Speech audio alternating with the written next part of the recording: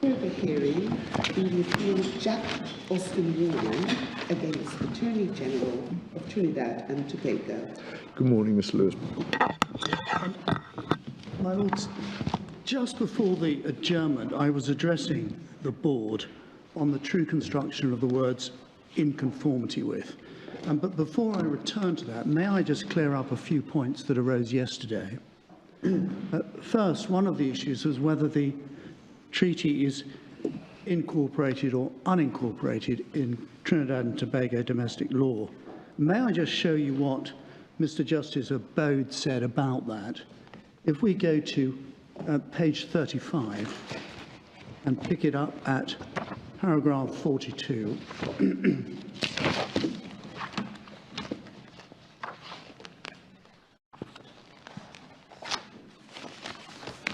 My Lords will see at 42, in the second sentence, what the learned judge says.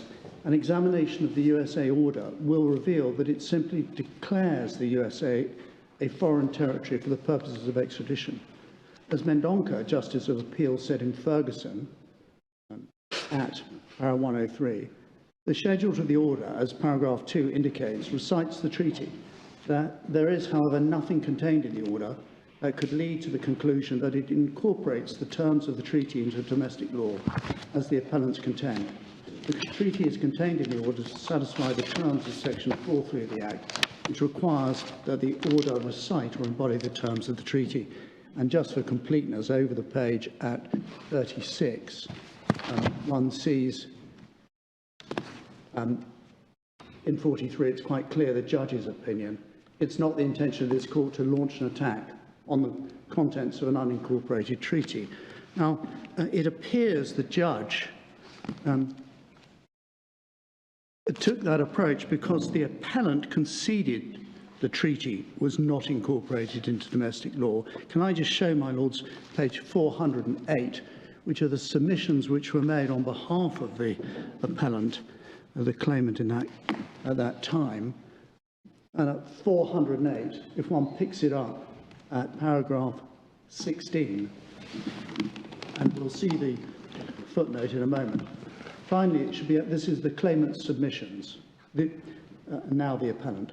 Finally, it should be understood that due to the obvious idiosyncrasies presented by extraterritorial aspects of extradition law, the treaty arrangements themselves do not form part of the domestic law of Trinidad and Tobago. Rather, the USA order renders the USA a declared foreign territory in relation to which the Act applies, thereby rendering legal an extradition of a requested person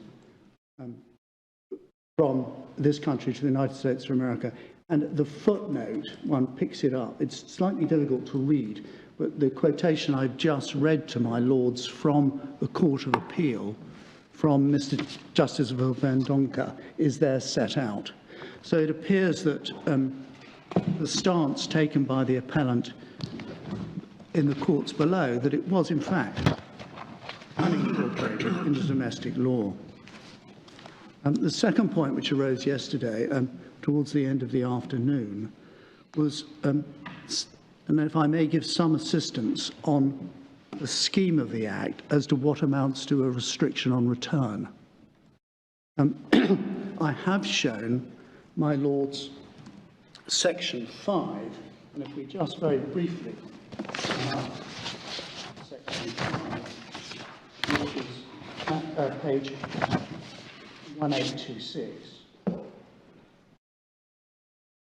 tab 2 of the core bundle. What section 5, which defines an extradition offence, creates the liability to be returned. Section 6 sets out what is the extradition offence. 7 extradition offences for declared foreign territories, foreign states. 8 return, and then in going on in the scheme of the Act, at 12, for instance, we have the proceedings for committal or discharge. There is a helpful summary of that in the case of Ferguson in the Court of Appeal in Trinidad and Tobago, which, can I just show, my Lords? That's at page 3389.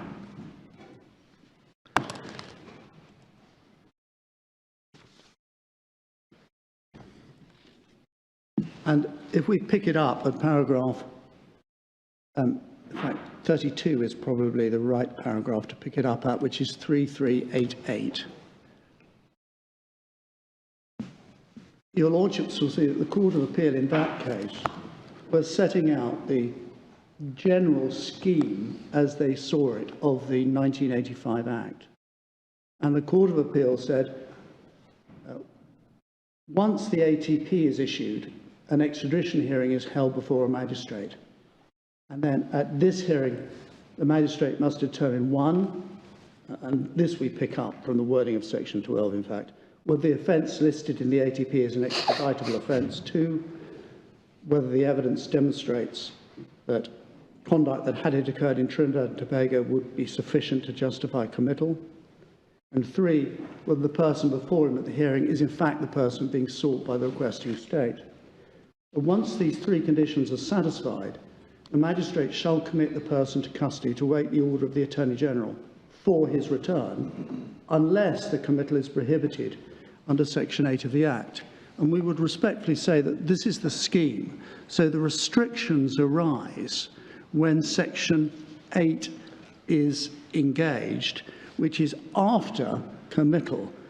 We're fortified in that if one looks at paragraph 35, which is on page 3390, where the court talks about these general protections which are in Section 8 at paragraph 35, where the court says, in addition to these procedural protections, the Act also contains general prohibitions which prevent the extradition of persons in certain circumstances.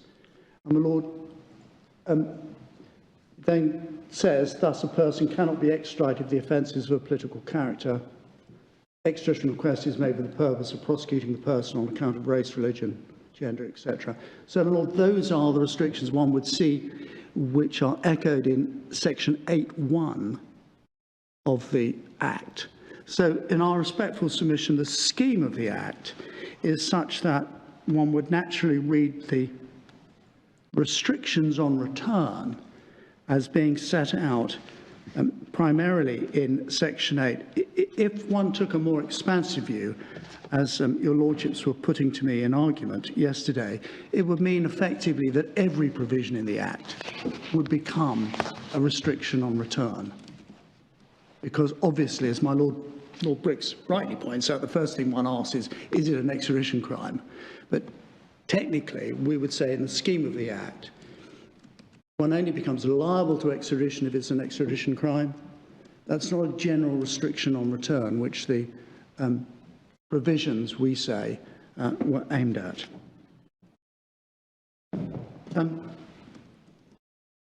Next, the third point, it was asserted by my learned friend that we had conceded the vires conferred by the 1817 Imperial Act to make an order was subject to limitations only, and that was the same in Section 4 of the 1985 Act.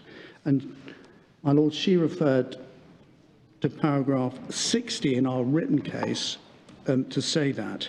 I wonder if we could just turn that up a moment, because it's not quite what we said or mean. If one looks at paragraph 60, which is at page 1779.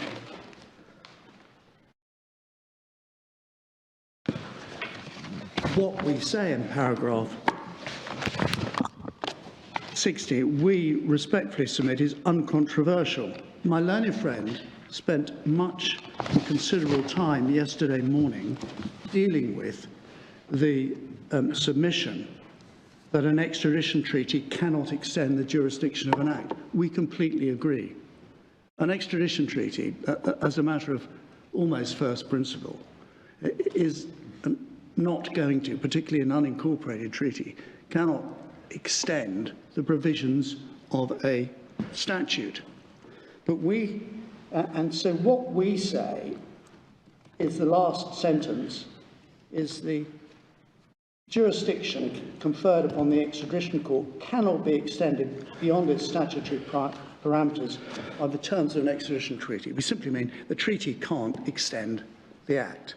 However, if one turns to paragraph 80, the distinction which is made and on which we rely, it's electronic bundle page 1784, paragraph 80, is that section 4 of the Act, which allows an order to be made,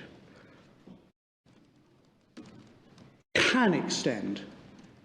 And we give the example by adding offences, so that while the treaty itself obviously can't, the order in council can. And that's why there is a distinction in wording between section 4 of the 1985 Act and the 1870 Act. And finally, picking up matters from yesterday, my Lord Hodge asked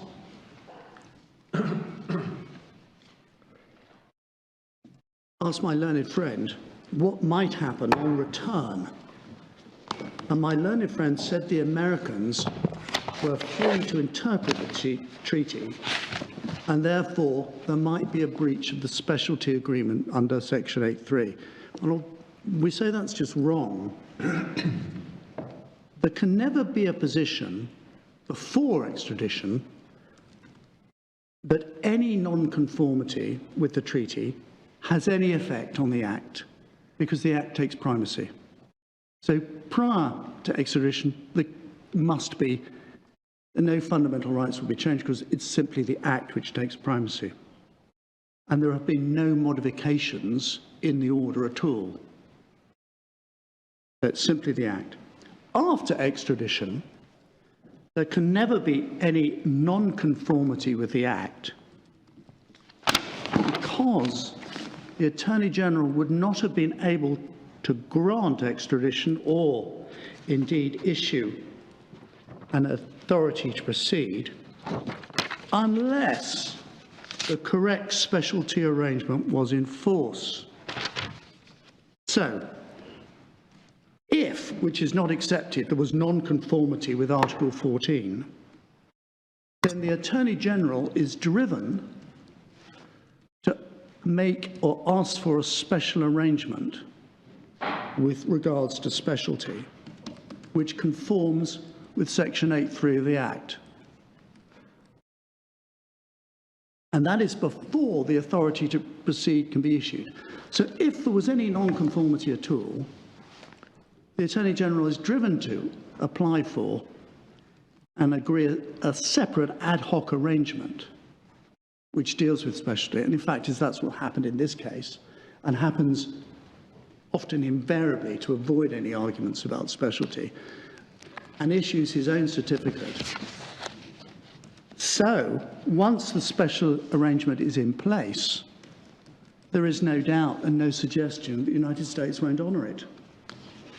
So there can never be a situation, as postulated by my learned friend, namely once in the United States, the Americans would simply apply the treaty, which might not exactly comply with Article 8.3, because in order to get there, the Attorney General wouldn't even have been able to issue an ATP if it didn't, the special arrangement wasn't in force, and would have had to enter into a special ad hoc arrangement.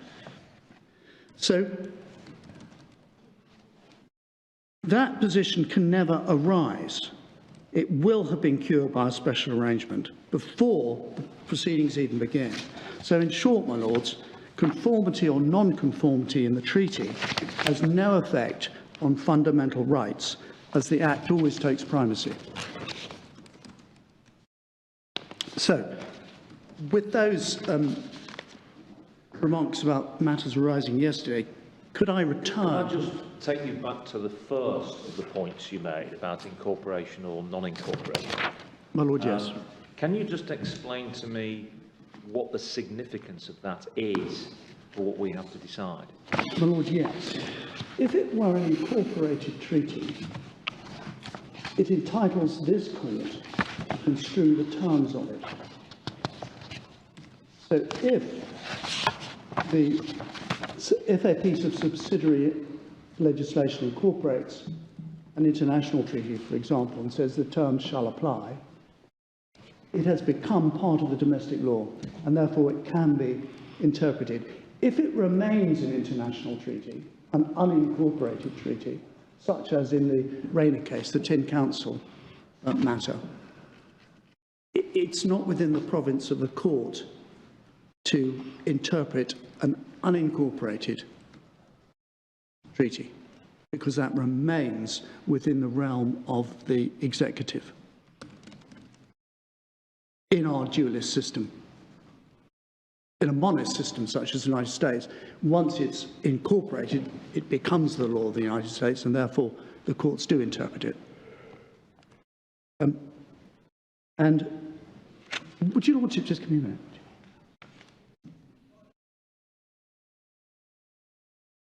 Oh yes, and the real relevance, of course, in our respectful submissions as to ouster and conclusive evidence clauses, it affects the subject matter of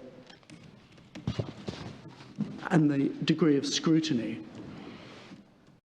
which would be entered into by this court, given that we have this hybrid with the unincorporated treaty. How does your submission about problems of the requesting state following the treaty and not the Act being dealt with by special arrangements work with section 4.2? Because one tests the question of conformity by a comparison, doesn't one, between the Act and the order as originally made, whereas special arrangements are made, as it were, later in the day when a request is received to extradite a particular person. Is that right? Your lordship's exactly right, precisely right. So how does it work in relation to section 4.2? It can't actually work. I was trying to deal with the point because I didn't want your lordships to be beguiled by the submissions of Mr. Montgomery. I can see that, but I can see why you made the submission, but the submission's still got to be addressed in relation to how it works. It has. There can still be non-conformity, even though it could, as it were, in relation to extraditing a particular person, be cured by special arrangements. Your lordship's right. Your lordship's right. It becomes one of those conundrums. Yeah. Within the Act. But lordships, as a matter of logic, one compare the statute is requiring a comparison with the conformity with the treaty as it stands. Yeah. Without any special arrangements. Without special arrangements. I mean, that's how it reads. I mean, obviously, you construe it along with any exceptions, adaptations, modifications as may be specified in the order. Yes. But that's different. I agree. Yes. So my lord, I see the difficulty. The point, I can't put it as high as saying it cures the non-conformity, but it does cure the point which I simply didn't want your lordships to think that somehow it would affect a fundamental right, because it can't. It doesn't actually have a practical effect. So the impact of that non-conformity will be cured if there be non-conformity. Your lordship's absolutely right to tease that out. That is how we have to accept that the Act is structured.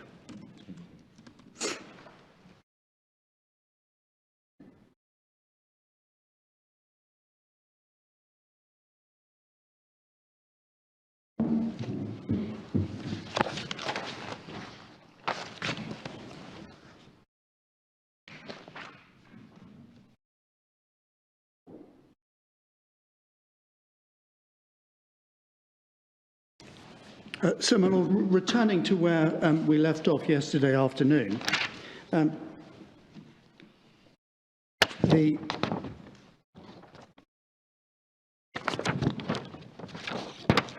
true construction of the words "in conformity with." Now, I dealt with the literal meaning and the context of section 4 allowing modifications and adaptations which would not be necessary if the treaty already strictly complied with the Act. The third point, supporting a broad construction of the words "in conformity with," contended by the respondent, is supported by the consistent line of authority which provides for extradition arrangements to be accorded a liberal interpretation so as to promote rather than obstruct the sovereign state's parties' international obligations to facilitate extradition. A broad and purposive approach is required, reflective of the public interest in extradition treaties being honoured and mindful of the need to facilitate extradition rather than pedantically to obstruct it. Now, such an approach chimes with extradition being founded on the concepts of reciprocity, conformity, and respect for difference of systems. If we just glance at one of the cases, Your Lordships, we've set them out. It's a well-known line of authority. I could take Your Lordships to Solomon and Commissioners of Customs and Excise, but it may be easier if I just go to Postlethwaite, which is at 4576.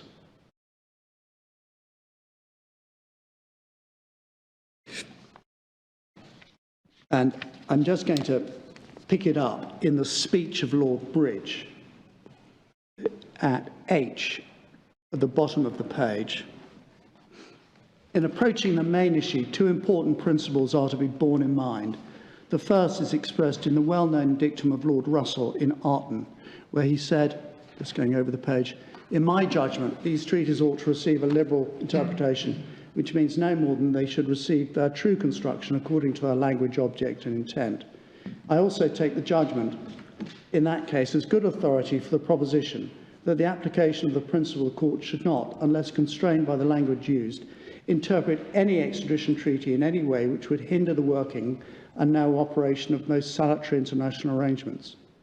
The second principle is that an extradition treaty is a contract between two sovereign states and has to be construed as such a contract. It would be a mistake to think that it had to be construed as though it were a domestic statute."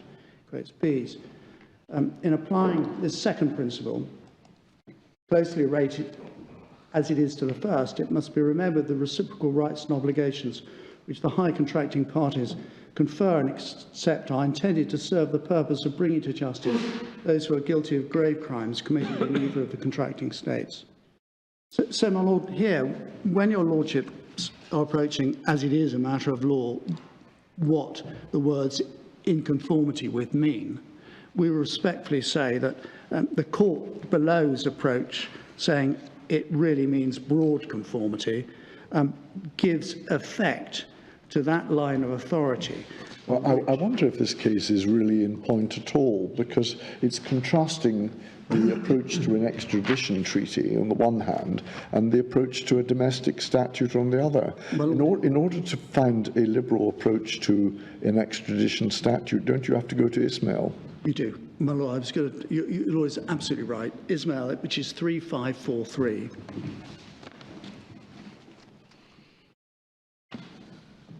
And in that case, it was dealing with the definition of a word in a statute.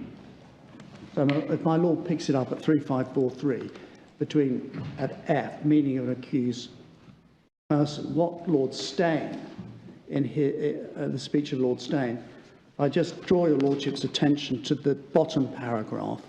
Perhaps I could just ask your Lordships to read that, and going over the page, and I hope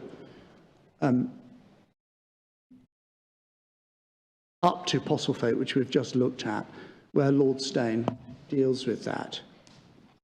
Yes, I mean, he applies Postlethwaite. Whatever dichotomy there may be between an extradition treaty and a general domestic statute, what Lord Steyn says, well, if you're dealing with an extradition statute, you apply a similar approach to Postlethwaite. That's exactly. And one sees that if one just drops down to F, between F and G, where he gives a broad approach to the construction of the word accused in section 1. So, my Lord, I'm grateful to my Lord for pointing that out. The correct, because we are dealing with a statute, we should really look at Ismail. But the principle, we would respect to say, is uncontroversial. And the principle is to give a broad and liberal meaning in order to make sure that extradition arrangements work. I put that as one of my other pillars supporting the construction for a broad conformity. And the fourth principle is if the court were to give a narrow construction of the conformity test as contended for by the appellants, it ignores the different nature and purpose of the two instruments under comparison. Now, it's axiomatic that the Extradition Act governs extradition from Trinidad and Tobago to all extradition partners. It would be absurd, we say, and unworkable for the executive to insist on every treaty, including multilateral treaties, being worded in terms which precisely mirror Trinidad and Tobago's domestic legislation. I've already put before your lordships the example that America is a monoist system. And if that were right, because it takes direct effect in American law would effectively have to recite the terms of Trinidad and Tobago statute. And of course, a treaty is negotiated in terms which have to be mutually acceptable to the sovereign state parties. And therefore, it's unsurprising to find extradition treaties providing for a broad framework, for example, the minimum mandatory restrictions on return, allowing for the parties to adopt greater or enhanced protections as a matter of their domestic law. So we say, viewed as a set of minimum standards, the provisions of the treaty cannot sensibly be said to give rise to non-conformity insofar as the Extradition Act provides for greater restrictions on return. And so for these reasons, we do say that the words "in conformity with" should be construed as requiring that the treaty should be broadly in line with the Act, and the courts below were correct to adopt such an approach. It's not required under Section 4.2a that the terms of the treaty should precisely mirror those of the domestic legislation. What is the content of a conforming treaty? I mean, what does it need to have? My Lord, we would respectfully adopt the position that the courts below took, that it has to be broadly in comparison. So if we take I'll come on to it in due course, but when we deal with extradition offence, the treaty says an indictable offence with more than 12 months. Yeah. We say that is broadly in line with all the crimes in Schedule 1. Yes. So that is how it complies.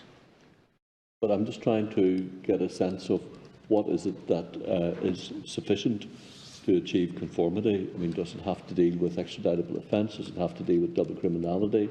Does it have to deal with specialty? I mean, are all of those things required to be addressed in a way that is individually compatible with the statute, or not, do you say? Well, I would certainly accept that the fundamental matters, such as which nearly all extradition treaties contain, I think my learned friend said this, which we agree, the core matters: definition of extraditable offence, specialty, double criminality.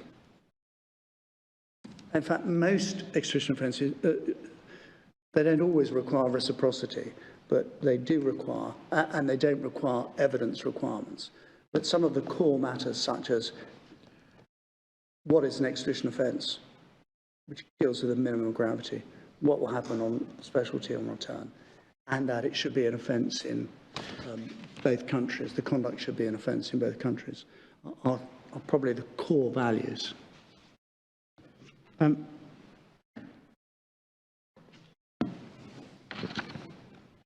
There will obviously be other matters which transfer of prisoners are sometimes put in treaties.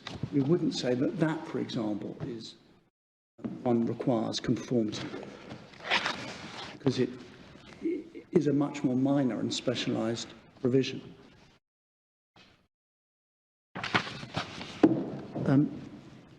My Lord, then turning to the second preliminary point, before I just do the exact comparisons, what is the correct approach by this court to the test of conformity?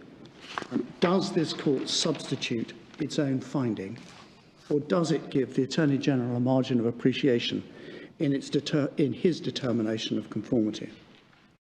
Now, my Lord, the courts below conducted a substantive assessment in respect of each of the non-conformity allegations made by the appellant, thereby supplanting the Attorney General's judgment under Section 4.2 of the Extradition Act with its own. We respectfully say that this approach is too favourable to the appellant. Of course, by substituting its own decision and reaching the same conclusions as the Attorney General, it is implicit that the Attorney General also acted lawfully. But we say that, as we say, and I've urged upon the Lordships, that the question of conformity is not one of pure objective fact, has some value judgment in it. And as brought out by my Lord Sir Declan Walden's last question, there is some subjective element as to conformity, or what are the principal terms which must conform. Matters such as that will be part of the judgment. Now, if that is right, the correct approach for this court is to give a margin of appreciation to the Attorney General, who we say was entrusted under the scheme to be the decision maker. Now, the Attorney General's personal estimation of conformity under Section 4.2a is likely to be informed by prior negotiations with the foreign territory, for example, which led to the conclusion of the treaty. And while the nature of the sensitivities is different, it's submitted that the decision is taken against a backdrop of political negotiations in the field of foreign affairs, which itself calls for a comparable level of insulation and margin of appreciation to be given to the Attorney General. So, my Lord, having dealt with the statutory construction and the proper approach... Can I just press you on that final submission? Might it be said that if one was to take broad conformity as the standard, that almost inevitably accords a degree of discretion, if you like, to the Attorney General, and that you may therefore not need to add in a sort of another stage that says, well, over and above broad conformity, it's actually broad conformity and a margin of appreciation to the Attorney General. I think, I don't know whether it's double-legging the same point. I think, my Lord, we would respectfully say it's almost the two sides of the same coin. Yeah. But your Lordship is absolutely right. If the correct construction is broadly, it has automatically built that in, because it becomes an intrinsic part of the test. So the court would be not making that finding. So if we... Do you base any part of your submission about margin of appreciation on Section 4.3, on the ouster clause, as being a sort of minimalist way of giving it some effect?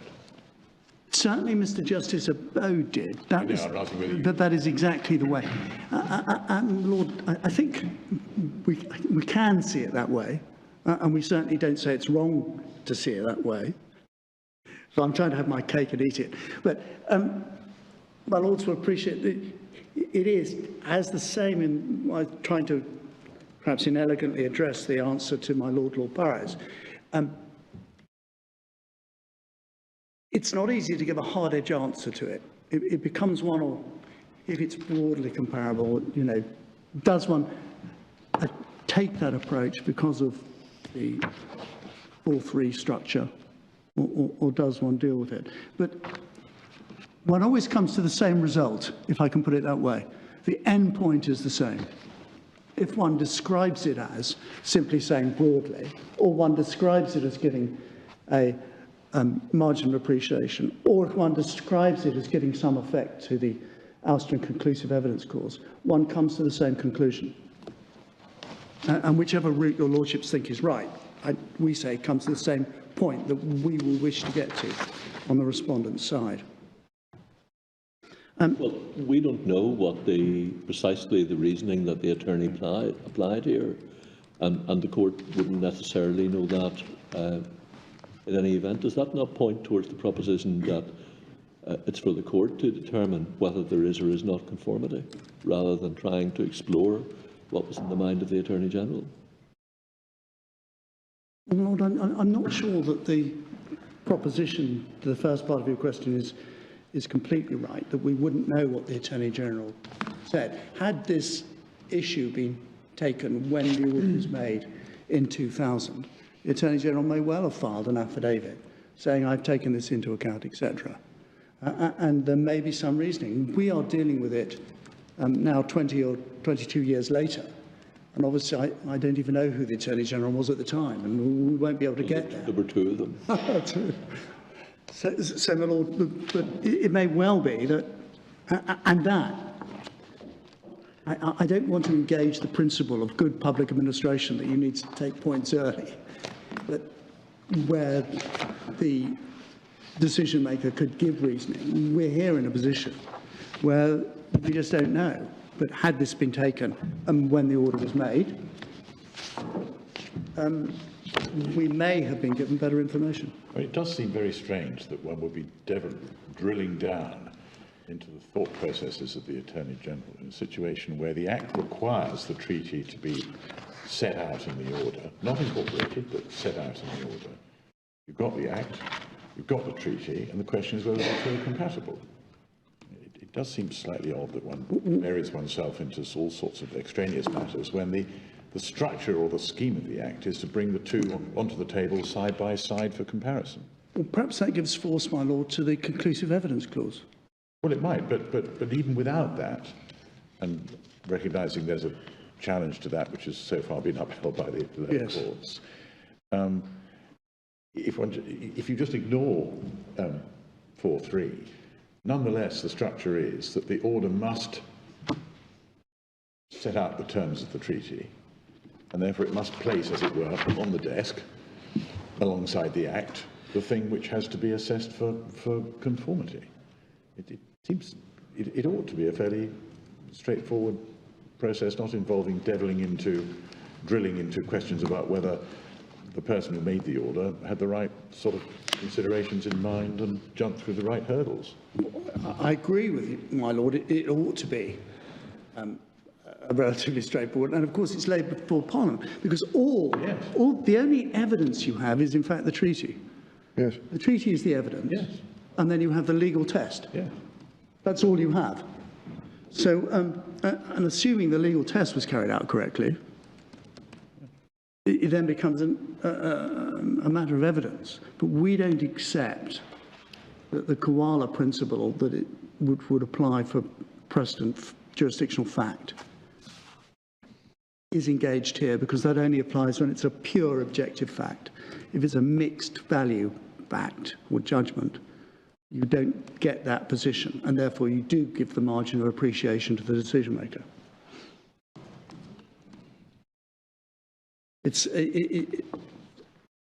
My Lord, we're in the position where we have to do the best we can with the material we have.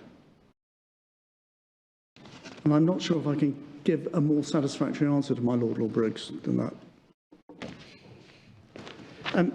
Can I then just quickly go through some of the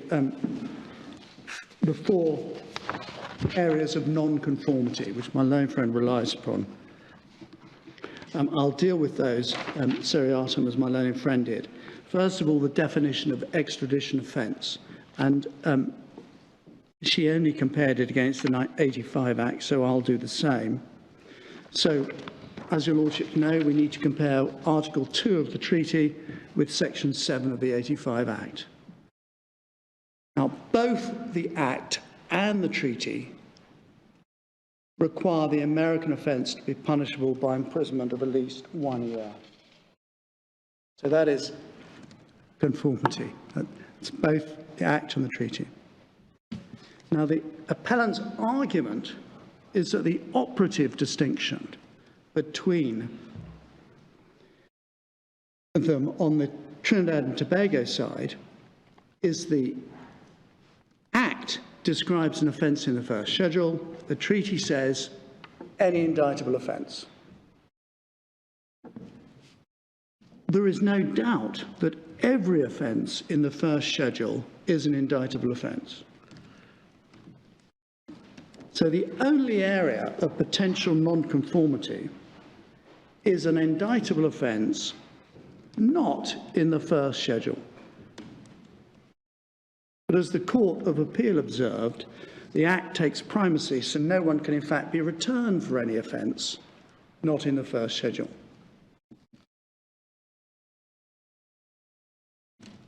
My Lord, can I just issue a word of caution at this point?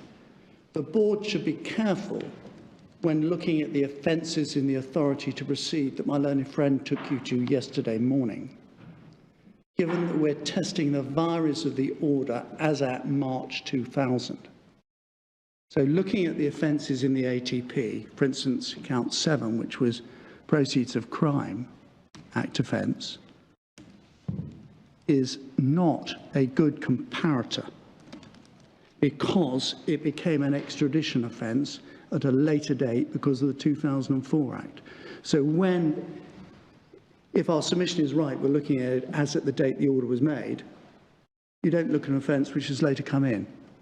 It's just an irrelevance. So again, my lords must be careful when looking through when my learned friend used it as a forensic example.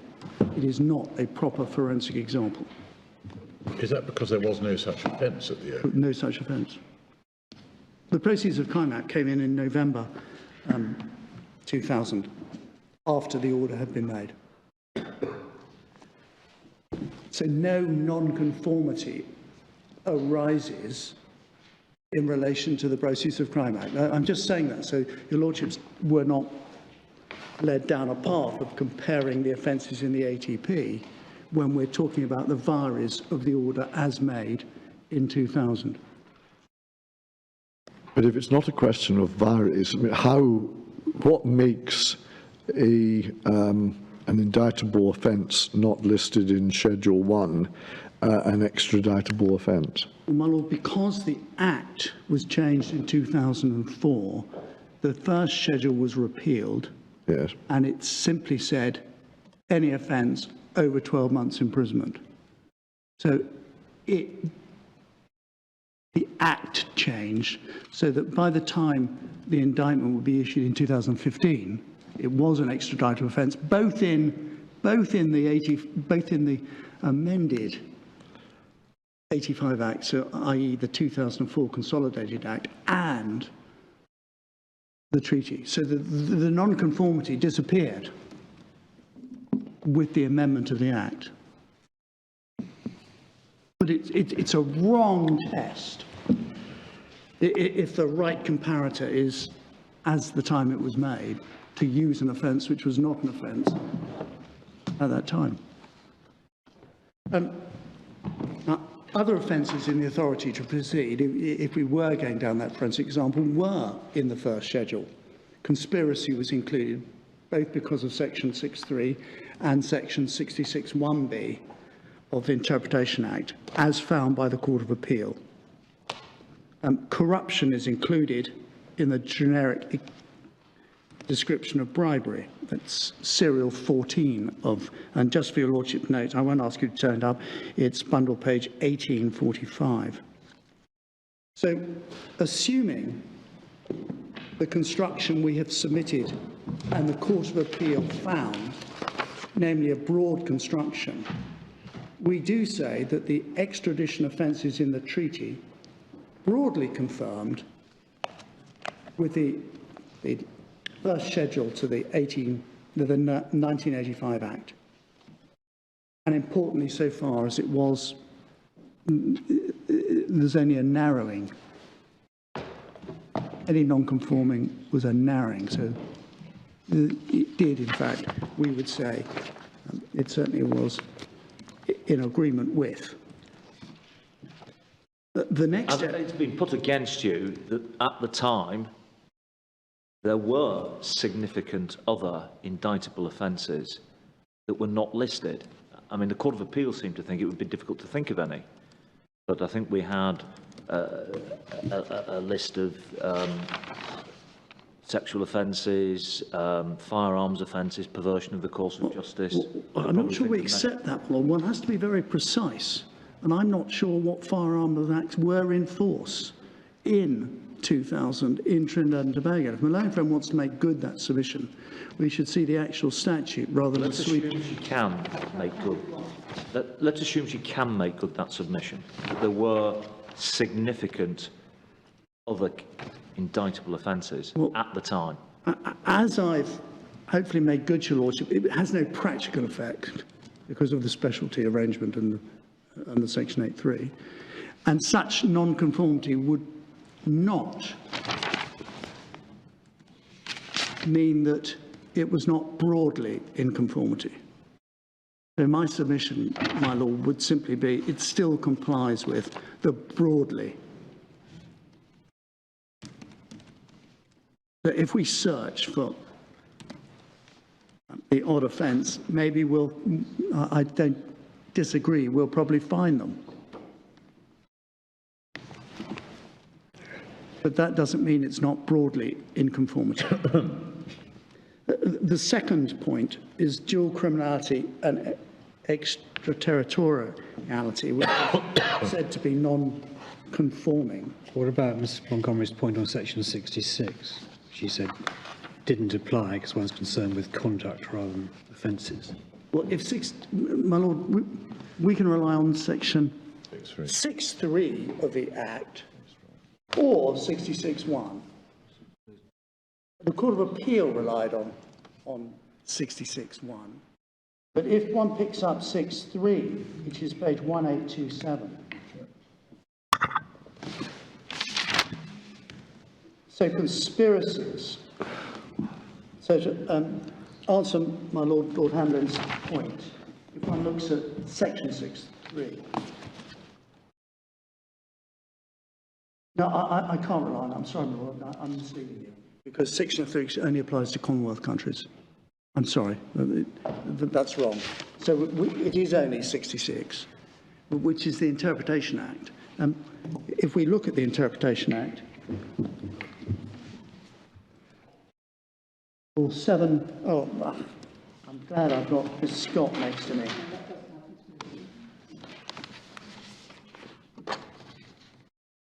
He points out 7.3, but we still rely on 60. I didn't quite understand my own friend's point saying that the Interpretation Act didn't apply. Well, as I understood the point, it was because one's concerned with the conduct described in general terms in the schedule rather than a specified offence. And section 66 applies to offences. But within the offence, within the list of offence, it might say any indictable offence under the Licensing Act. That is serial 20 or something or other. I can't remember exactly what it is. So there are specific offences in there. Right. So there are the specific offences. But even then, we are dealing with a specific offence, even though if it has the generic bribery, we would say that offences under the statutory enactment which deals with bribery would still fall within the Interpretation Act. Otherwise, it wouldn't necessarily make sense. And then, my Lord, then turning to dual criminality and extraterritoriality, we need to compare Article 2.4 of the treaty with Section 7 again of the 85 Act. Now, first of all, the appellant submits that Section 7.1 of the Extradition Act, as enacted, did not provide for extraterritorial offences to come within the scope of the extradition offence definition. And, my Lords, we say that's misconceived. My own friend has quite properly and fairly taken you to the speeches of the appellate committee in Alpha Waz, which have all held that within the jurisdiction of, in that case, England and Wales, creates an extraterritorial offence, because there can be no answer when one looks at offences such as piracy, which can only be committed extraterritorially. Can I just give Your Lordship the references rather than take you to them, as you've already looked at Alpha Waz?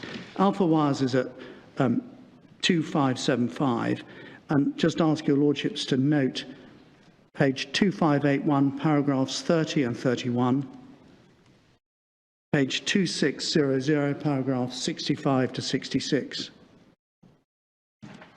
And piracy is in the first schedule to the 1985 Act, as it was in the 1870 Act, which is bundle page 1845 at point 16. Now, the appellant's, so dealing with extraterritoriality, the appellant's further submission is that the discretion referred to under Article 2.4, it's the second half of Article 2.4, is not reflected in the terms of the Extradition Act. So the respondent submits that's a further example of the Extradition Act providing an enhanced level of protection for the rights of the accused. It was not irrational, far less bad faith, dishonesty, or manifestly irrational, for the Attorney General to have considered there to be conformity as between the treaty and the legislation so far as extraterritoriality was concerned, and the discretion in 2.4 is only engaged. I wonder if you can just look at 2.4. 2.4 is in page 1855. It's the last sentence, which is the complaint is made, which is not in the Act, except if the laws in the requested state, so that's Trinidad and Tobago, do not so provide, the executive authority of the requested state, so Trinidad and Tobago, may in its discretion grant extradition, provided the requirements of the treaty are met. Well, as a matter of fact, it can't. Yeah. And we're not concerned here with what the US might do or interpret the treaty. We're concerned simply with what the Attorney General, the scope of the Attorney General's discretion, which is limited by the Governing Act. Exactly. So the fact that the treaty sets up a discretion which can't be exercised. It may be exercised in the US if they are the requested state. Right. But you say it can't in Trinidad because of the Act. And therefore there's no non-conformity.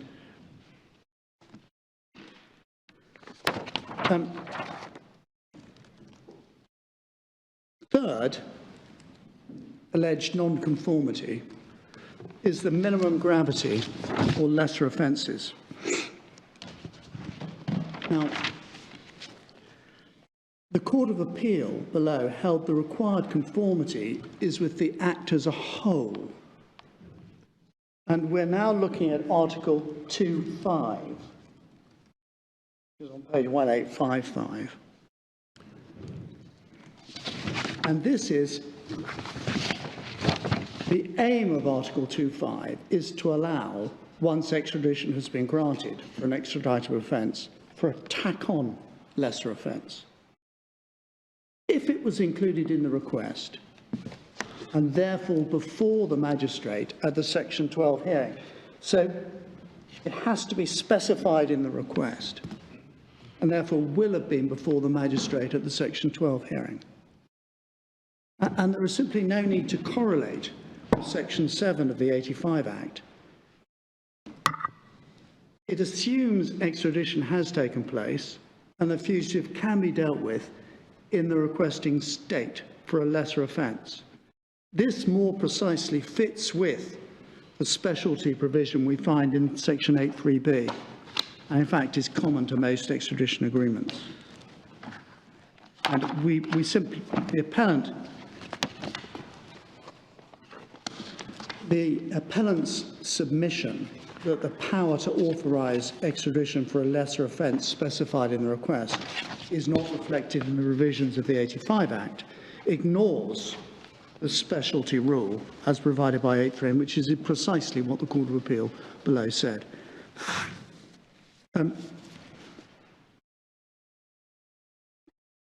If your lordships need to turn up 8.3, it's which deals with it.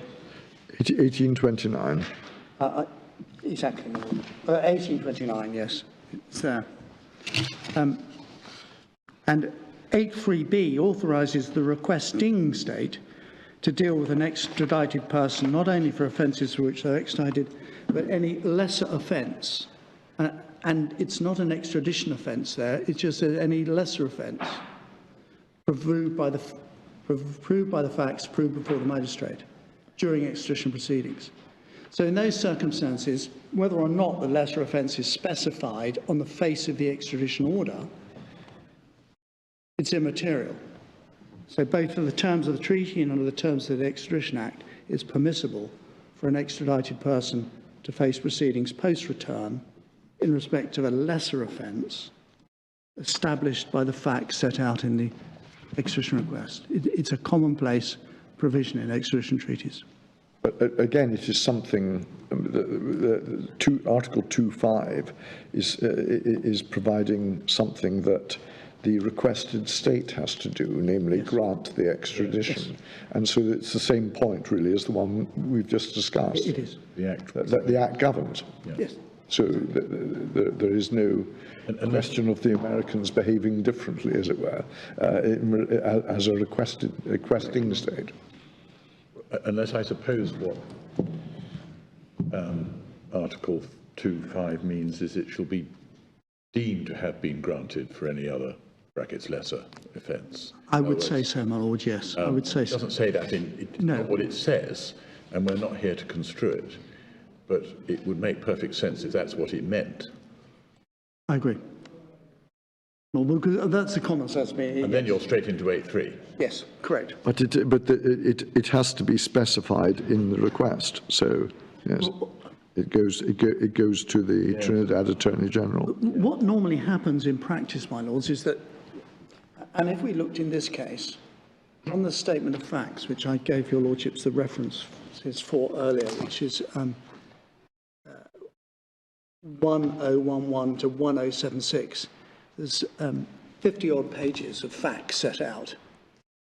It may be that there is a lesser offence potentially within that, and it will have been on the facts put before the magistrate. And in that way, it would be specified in the request.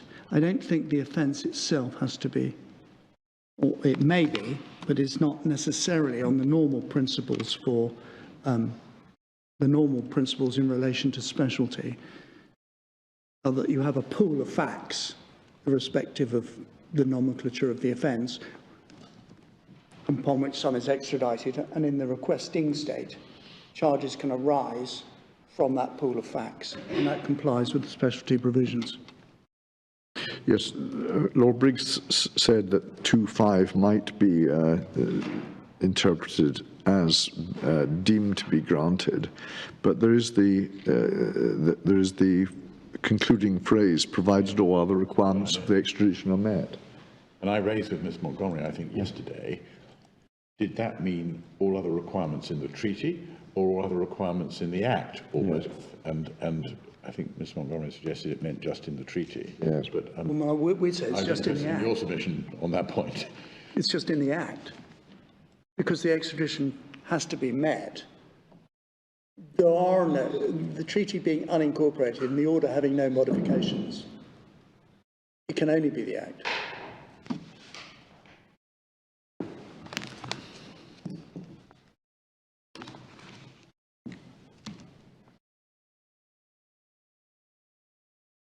We say it's requirements for extradition.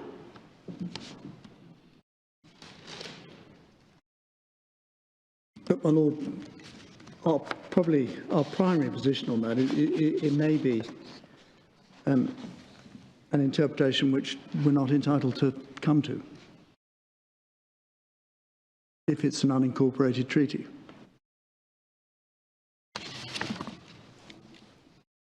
You can't be completely agnostic about its meaning. No. You can't conduct any kind of compatibility assessment. That is the difficulty with treating the But conformity as purely a question of fact. And also, that's where we get to the chicken and the egg, which comes first, sort of approach. It becomes a circular argument. I do accept that, but it is indicative. The courts have always been careful to tread on any areas where that type of problem arises, because it's put in different cases, but there are no manageable judicial standards. And when one loses the manageable manageable judicial standards. That's more common with active state doctrine, the law will before disputes type approach. But it has resonance here that it's still difficult to find judicial standards to deal with it. That brings us to the last alleged non-conformity, which is specialty. And the appellant argues that we need to compare Article 14 of the treaty with Section 8.3 of the Act. And it's precisely the point which my Lord Briggs put to me. I can't rely on the later arrangement, so we have to look at it from that point of view as at March 2000. And the first point we asked the board to consider is that the structure of Section 8 and Article 14 is not the same. Section 8 prohibits return unless provision is made for certain events, while Article 14 states what happens on return. So they're not exactly in correlation. Now, the appellant contends that the statutory specialty protection has been materially eroded by Section 14.1 of the treaty. And we say that's simply not borne out. Your Lordships have already heard my point on the arrangement, so I won't repeat that. But if we look at the terms of 14, which your Lordships have 1861. 6.1, the first point is the concept. It talks about a differently denominated offence based on the same facts on which extradition was granted. We say there is no non-conformity there because Section 14.1a appropriately reflects the combined effects of subsections 8.3a and b. Extradition is conduct-based. This will be common ground, but if your Lordships need the note or a reference, extradition being conduct-based, we can look at the case of Norris. I won't ask your Lordship to turn it up. The reference is page 4089, and the head note sufficiently sets out the principle at 4090 to 4091.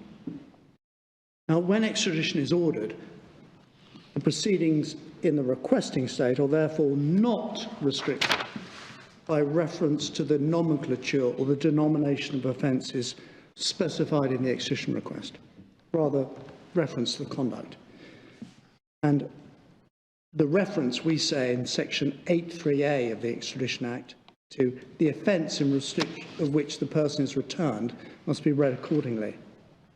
So it follows, we say, the statutory language is apt to include differently denominated offences. There is conformity, certainly broad conformity. So, and to bring that to life, can I just give your Lordships an example? If extradition had been granted in respect of the Trinidad and Tobago charge of robbery and the particulars of which were a bank hold-up, in which a firearm had been used and money stolen, it would be open to the requesting state, upon return of the fugitive, to prosecute for any offences based on those facts. So whether that is simply robbery, theft, firearms, or a combination thereof, as long as the facts are within the extradition offence for which extradition was granted. Now, we also say there is no difference between the treaty and the extradition of acts as regards to the specialty rule applying to lesser offences. Section 8.3b does not require lesser offences must meet the extradition offence test. Your Lordship see there's a comparison in 8.3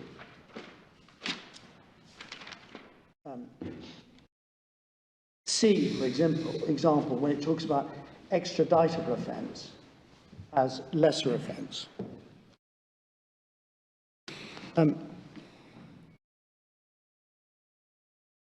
Sorry, what you're referring to 8.3c, did you say? 8.3c talks of extraditable offence, while lesser offence, it doesn't have to be an extraditable offence. And because one can understand that, because the lesser offence might be less than 12 months imprisonment. Yes. It might be a misdemeanour as opposed to a felony.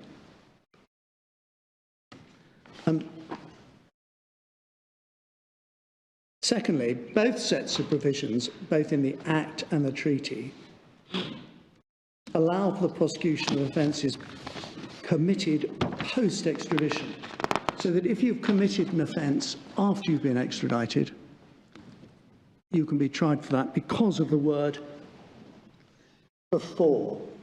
Yeah. Your Lordship sees that.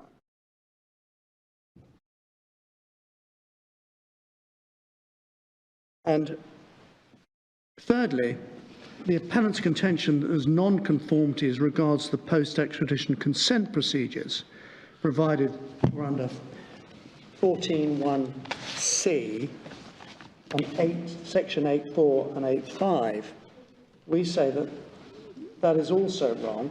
There is broad conformity. It is right that the Extradition Act goes somewhat further than the treaty in specifying that any specialty arrangement must limit the scope of the Attorney General's post-extradition consent to offences. It is a further instance of additional and enforceable statutory protection for the rights of the individual. It's just gone beyond that. So, in some ways, it seems hard to make the argument. It's not in conformity because the Act has given greater rights when the Act is the provision which will have primacy. So in that way, it's not incompatible with, if inconformity means incompatible with.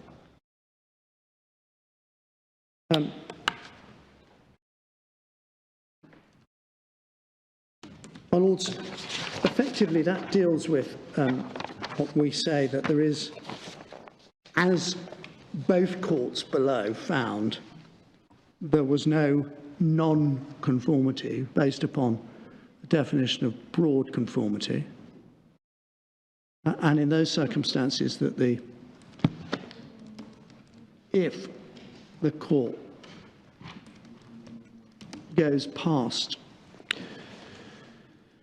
or ignore or does not depend upon either the ouster clause or conclusive evidence clause as the matter of substance or inconformity, we say we still win on that. Could I just ask you,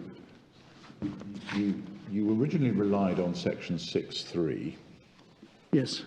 And then you said, oh no, that doesn't work because it's only about Commonwealth extraditions. Can you just help me, why is it only about, I can see 6.2 is only about. Well, I think it's under that heading because the definition, I did that. I see it's a marginal heading. On my feet. But that, where is there a heading to the whole of section 6? That marginal heading, extraditable offences declared in Commonwealth territories, is just about 6.1, isn't it? What it says. Well, my Lord, I just can't see why. Yes, I see the point. We didn't put it in our case, 6.3. I looked at it again and thought perhaps we should have 6.3. And I'm just looking at it as well. But looking at it now. If one just looks at 6.3, why should that only apply in relation to Commonwealth territories? Because 6.2 has you can see easily why 6.2 only applies to Commonwealth, not just because it says so, but because of the mechanics contained within it. I think I'd have to say that perhaps the better construction is because of the words of 7.1. An offence in respect of which a person is accused of being convicted in a declared foreign territory is an extraditable offence if. Oh, I see. So you say, standing back, 6 is all about one category and 7 is all about another. Yes, I think. Okay.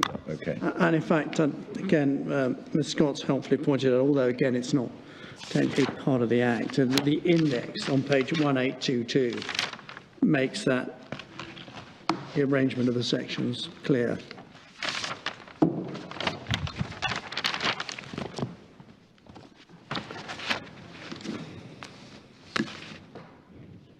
So, my lords, It does seem a bit odd, for example, that section 6.4 should apply only to Commonwealth countries and not to foreign countries. And for that matter, 6.3, I mean, And 6.3, yeah. so logical to say that the schedule includes conspiracies to commit the nominated offences. Why should that be different between the Commonwealth and not the Commonwealth? it may, if it assists your lordship, the history of the Act, which I don't think has been previously further explained to the board, is that traditionally the 1870 Act, it did only apply to foreign states. There was also an act called the 1881 Fugitive Offenders Act, which only applied to Commonwealth states. The 1870 Act was further amended in 1935 by another which dealt with foreign states, and the Commonwealth countries would, the 1881 Fugitive Offenders Act was replaced by the 1967 Fugitive Offenders Act. So there were two parallel. In England, in 1988, under the Criminal Justice Act, there was an amalgamation of them both, which then became the 1989 Extradition Act, which dealt with both Commonwealth countries and foreign states. The reason being, traditionally, with Commonwealth states, there'd never been a treaty, while with foreign states, there were treaties. So extradition from Commonwealth countries has traditionally been dealt with separately from foreign states. And that may arise, but I completely agree with you, Lordship. It seems illogical to have that in 6.3, which was probably taken from the 1967 Act. I can't tell you, Lordship, immediately, but it may have been drawn from that. And they didn't draw a similar provision when they were effectively, because it's, I don't think the 85 Act is a consolidating act, it's actually a codifying act. So when they dealt with Commonwealth extraditions and foreign state extraditions, they developed a different code. But I mean, it's an odd overlap between 6.3 and 7.3. I mean, if you say 6.3 is intended to be more wide-ranging, you've then got the oddity, well, what's 7.3 doing then? Anyway. Yeah.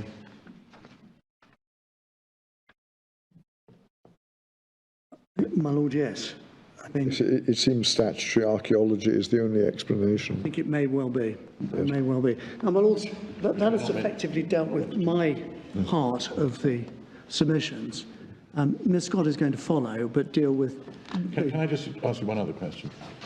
If, it's purely hypothetical, if we were persuaded, notwithstanding all your submissions and most of Ms Montgomery's submissions, that there was a single piece of incompatibility or non-conformity constituted by the list of discrete offences in the schedule,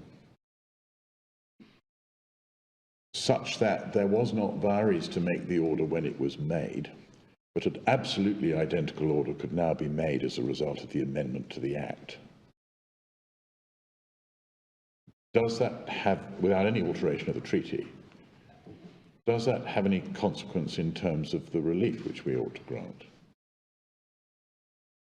My lord, I've resisted the interorum position in that if your lordship were to quash the order, it would mean that all extraditions for the last 20 years are invalid. That, of course, is a big black cloud on the horizon, if you like, but put that on one side for a moment. This is a case which arises after the amendments to the Act. Well, yes, it is a matter of judicial review. Of that, I know. So we're in, judicial review is always a discretionary remedy. One doesn't normally not grant judicial review when something might be ultra vires, but of course it does remain a discretionary remedy at all But times. there's a fairly strong presumption that one does give a remedy. No, Lord, I'd have difficulty Yes. on that position. But and your lordships know the recent enactments in the United Kingdom dealing with those type of areas on discretionary relief. But I suppose I'm driven to the point that if your lordships did find that, contrary to all my arguments, that there was non-conformity, the only consequence, even if it was on one point, is that the order would be quashed. It's difficult to come to a different conclusion.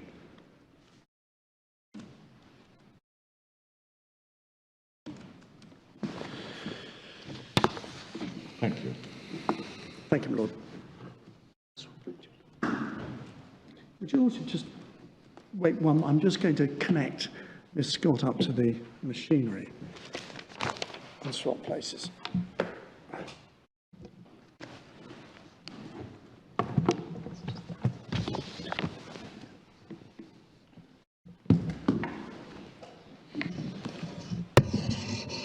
We decided, like your lordships, to go fully digital. That way. But it's very good to see, Mr. Lewis. Sorry? It's very good to see. It's Yes. very rare.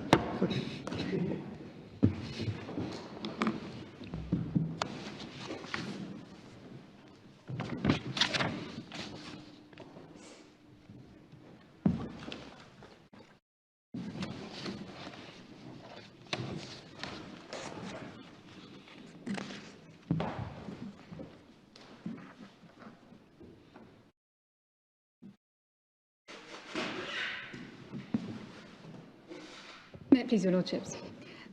I, as your lordships know, am going to deal with 2 points. First, what we've termed issue 4 in our written case, that's the validity of the specialty arrangement. And secondly, the question of procedural fairness in the issuing of the ATP. My lords, my learned leader, Mr. Lewis, has already addressed you on the question of conformity as between the treaty and the Act in relation to specialty. If we are right that there is conformity, the first part of the appellant's complaint as to the invalidity of the specialty arrangement, namely that case-specific arrangements are in conflict with the terms of the treaty, falls away. The second part of the appellant's complaint as regards the specialty arrangement is that it has not been disclosed and therefore cannot be evaluated and assessed in a manner akin to a diplomatic assurance. We submit this is misconceived. Firstly, the arrangement has been disclosed. Could I invite your lordships to look, please, at bundle page 1288. 1288. Thank you.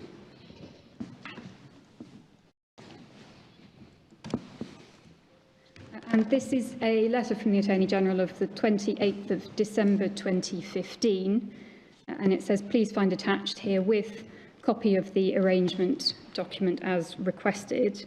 It attaches the certificate issued under section 8.5 of the Extradition Act. And I'm afraid, my lords, it's not a good copy, but the certificate reads, in pursuance of the powers conferred by section 8.5 of the Extradition Act as amended, I hereby certify under the authority of the Attorney General that an arrangement has been made in pursuance of section 8.3 with the government of the United States of America in the case of Jack Warner, that if he is returned to the United States of America, Jack Warner will not, until he has left or has been free to leave the United States of America, be dealt with in the United States of America for or in respect of any offence committed before his return, other than A, the offences in respect of which he is returned, B, any lesser offences proved by the facts proved before the magistrate on the extradition proceedings leading to his return, or C, any other offence being an extraditable offence in respect of which the Attorney General may consent to his being so dealt with. Could we please then turn to 1292? would help if a better copy of that could be provided. We will certainly endeavour to do that, my lord, yes. And I was struggling even with your assistance. Yes, it's not easy. We will try and do that. At 1292, we have the response from the appellant's representatives, and in essence, what they contend in that correspondence is that that which I have just read out is not the arrangement, and they asked for a copy of the actual arrangement. That's the last line of that letter. What was requested in our earlier letter was the disclosure of the actual arrangement. And we find the Attorney-General's response to that at 1296. And could I invite your lordships to pick it up on the second page? On the first page, there's reference to the statutory scheme and the wording of section 8.5 of the Act. And on the second page at 1297, it said in this regard that by the letter dated the 28th of December 2015, we provided you with a copy of the certificate issued by the Attorney-General confirming the existence of an arrangement for the return of the claimant. The copy also details the terms of said arrangement in conformity with the section 8.3 requirement. There is no other arrangement. So we submit, my lords, that there is nothing in the non-disclosure complaint.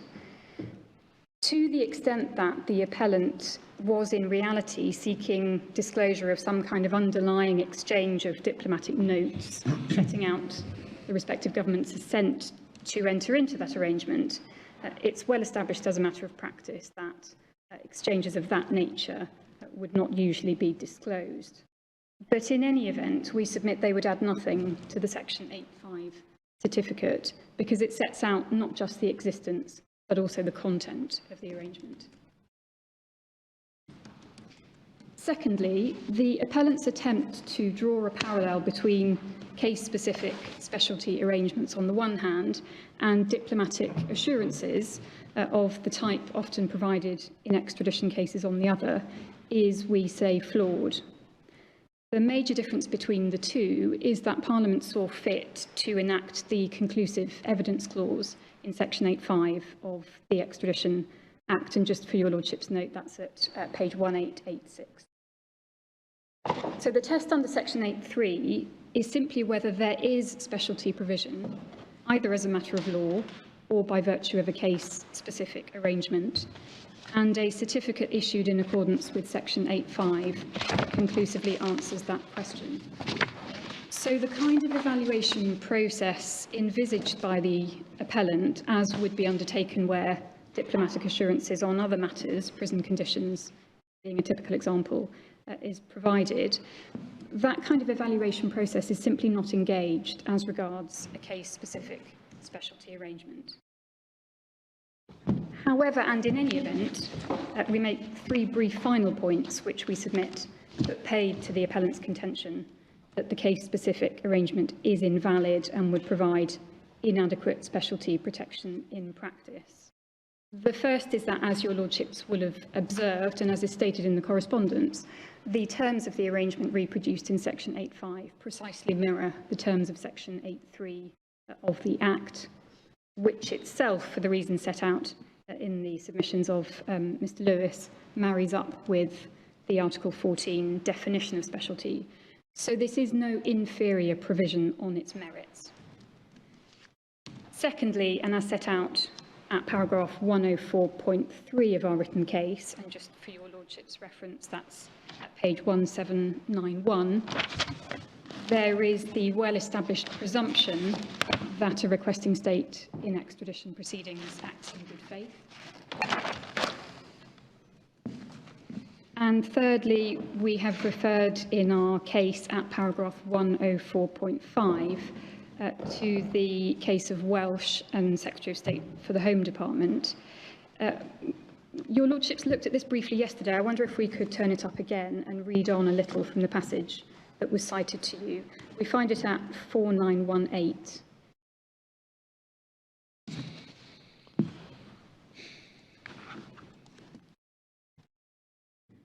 And the passage I would invite your lordships to is on 4928.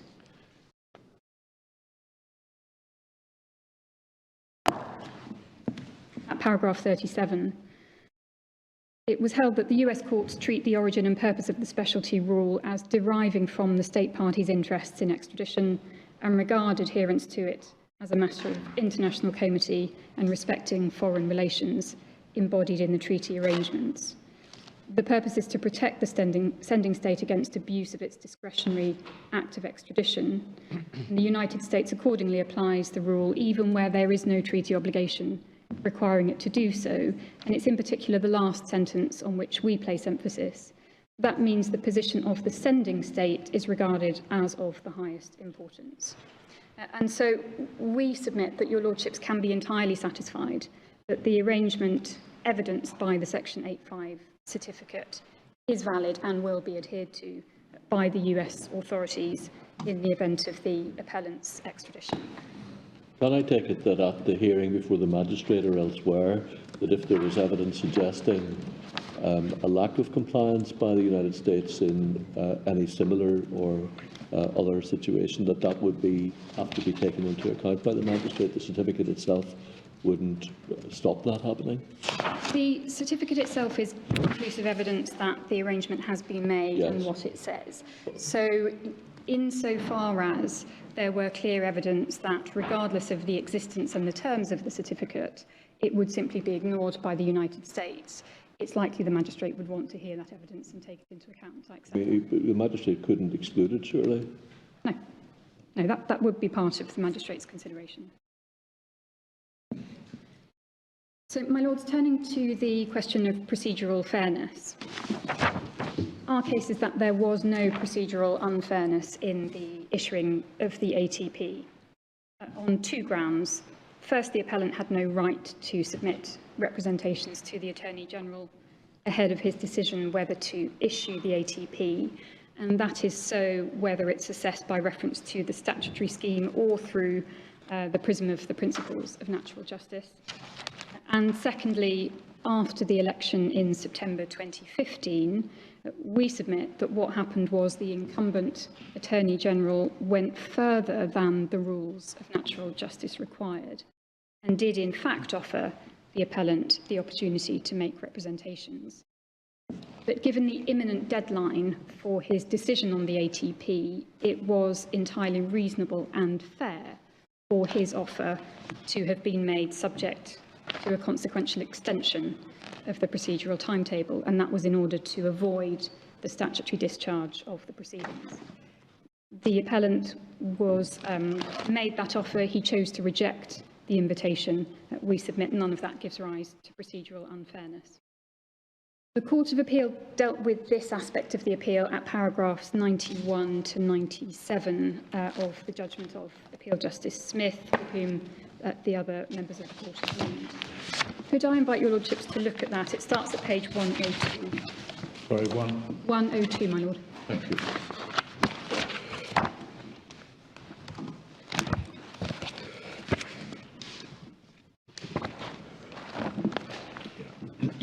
And so at paragraph 92, the Court of Appeal held there was no right to be heard before the issuance of an ATP, citing the case of Norgren, which I will come back to shortly. If I could invite your lordships then to skip over the next page and look at paragraph 96 on page 104, where the court set out the findings of Mr. Justice Abood at first instance regarding the Attorney General's conditional offer. And the trial judge stated, "I find it difficult to understand why the appellant's attorneys refused the opportunity to be heard for the reasons given. The appellant was on bail, and the allegation that the extension of time would have compromised his liberty exists only on the esoteric plane of legal theory," and so on. And then the Court of Appeal said, having regard to these findings, the trial judge concluded the appellant was not entitled in law to be heard, but nonetheless declined the invitation that was extended to him. I am not satisfied he was justified in refusing the invitation. The offer that was made was voluntary and not unconditional. If he wished to be heard, he could easily have accepted the condition. And the Court of Appeal said, I see no reason to overturn these findings, and I also find that the appellant unjustifiably declined the invitation to make representations to the Attorney General. No natural justice rights were infringed in this case. The appellant has relied upon two provisions, as I understand it, to support this. One is the Constitution, and having looked at the Constitution, it looks to me as though that is 5(4) of the Constitution as the feature, and the second is Section 20 of the Judicial Review Act. Now, I was just trying to work out whether Section 20 is actually there to reflect 5(4), and that 5(4) is the source rather than Section 20 of the Judicial Review Act, which I don't think is in our papers. Section 20 is in the papers. Sorry. Perhaps I can give you the reference for that, but I can perhaps take this a little more shortly, and Yeah. my Lord will tell me if it answers the question. Our position is that those provisions, the Constitution, Section 20, in fact add nothing to the well-established principles of natural justice, and we entirely accept that this was a quasi-judicial decision being taken by the Attorney General, and that as such a duty of fairness and the principles of natural justice were engaged in that decision. In reality, the issue between the parties is not as to whether there was a duty of fairness, but as to the scope of that duty and what it required to be done in the particular circumstances of this case. So for those reasons, we submit that there is really very little between the parties on the principle. It's on the question of what did that give rise to as a matter of the obligations on the Attorney General in the context that we have before us. And I just wanted to be clear about one other thing. As I understand it, this case, because of the provisional warrant, was actually before the magistrate, before the attorney issued an authority to proceed. Correct. Yes, and the proceedings we're concerned with are judicial review. We're not concerned with a constitutional challenge under Section 14 of the Constitution here. Indeed, my Lord, absolutely. So it's merely the scope of the judicial review. Quite so. Yes. Yes. And so we submit that when one is considering what is required as a matter of natural justice, the answer will vary depending upon the circumstances of the case. For example, the nature of the decision, the consequences which will follow, and what, if any, other procedural safeguards are available. And it's important, therefore, to note that the issuing of the authority to proceed is not a final or substantive decision. It is a procedural trigger which signals the start of the extradition proceedings proper. It provides the magistrate with jurisdiction to issue an arrest warrant and to conduct the extradition hearings. And in that judicial phase of the extradition process, of course, the full panoply of hearing rights is also afforded to the accused. If the magistrate orders committal, there is then a further executive phase of the process in the Attorney General's decision whether, in fact, to order extradition, and that's under Section 16 of the Act. And at that final stage, it is common practice for representations to be made to and considered by the Attorney General, and indeed, my Lords will see there's a reference to that in one of the letters sent on his behalf. So we submit that it is entirely wrong to view the issuing of the ATP in isolation when considering what the rules of natural justice require. It is also important to recognise the limits of the Attorney General's role when issuing the ATP. It's clear, we say, from the terms of Section 9 of the Act, that it is not the function of the Attorney General to adjudicate upon the merits of any and every defence to extradition that the accused may wish to put forward.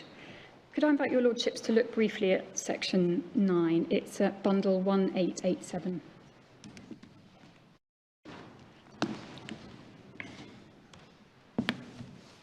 At the very bottom of the page, we have Section 9, subsection 1, and that makes clear that the ATP is the jurisdictional foundation for the extradition proceedings. Over the page at subsection 2, this sets out what the requesting state is required to submit by way of papers supporting the request. Subsection 3 provides the power, and it's a discretionary power, to issue the ATP. And the provision to which I would draw particular attention, my lords, is subsection 7, which is at page 1889. This places a limit on the Attorney General's discretion in that he may not issue the ATP if it appears to him that in accordance with the Act, no extradition order could be made as a matter of law, or no extradition order would be made as a matter of fact.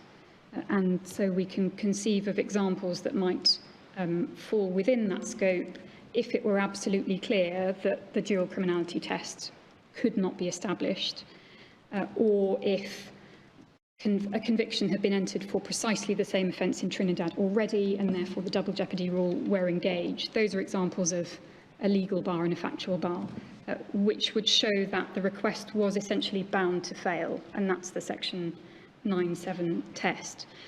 So, and we accept that there is a residual discretion beyond that, but we say that subsection 7 informs the kind of assessment that the Attorney General is really carrying out. The section 7 test is a very high one, reserved for those requests which are doomed to fail. It is not for the Attorney General to undertake a balancing exercise of the merits of substantive arguments against extradition. And we say that the appellant's argument ignores all of that context. My learned friends take as their starting point the principles of natural justice being engaged and leap to the conclusion that it follows there was a right to be heard. We submit it's telling they cite no authority for that proposition. That's because there is none. But there is, by contrast, clear authority against it, and that is the case of Norgren. We find that at page 4070 of the bundle. Could I have the page number again? The start of the authority is at 4070, but it's 4079. Thank you. To which I would invite your Lordship's attention, the relevant part of the judgment. And you'll find towards the bottom of the page the procedural unfairness heading. Just to set this a little bit in its context, because the facts are, we submit, relevant. Mr. Norgren was provisionally arrested pursuant to an extradition request. He chose to make representations to the Home Secretary uninvited. No order to proceed, it's the equivalent of the ATP under the 89 Act is called an order to proceed. The scheme is very similar. No order to proceed was issued. His solicitors then requested that in the event the US government renew its request, that he be afforded an opportunity to make further representations. And the fact that he was not given that opportunity is the basis for the application that was made. Just for your Lordship's note, you'll find the facts fully set out at pages 4077 to 4078, but that's the broad background.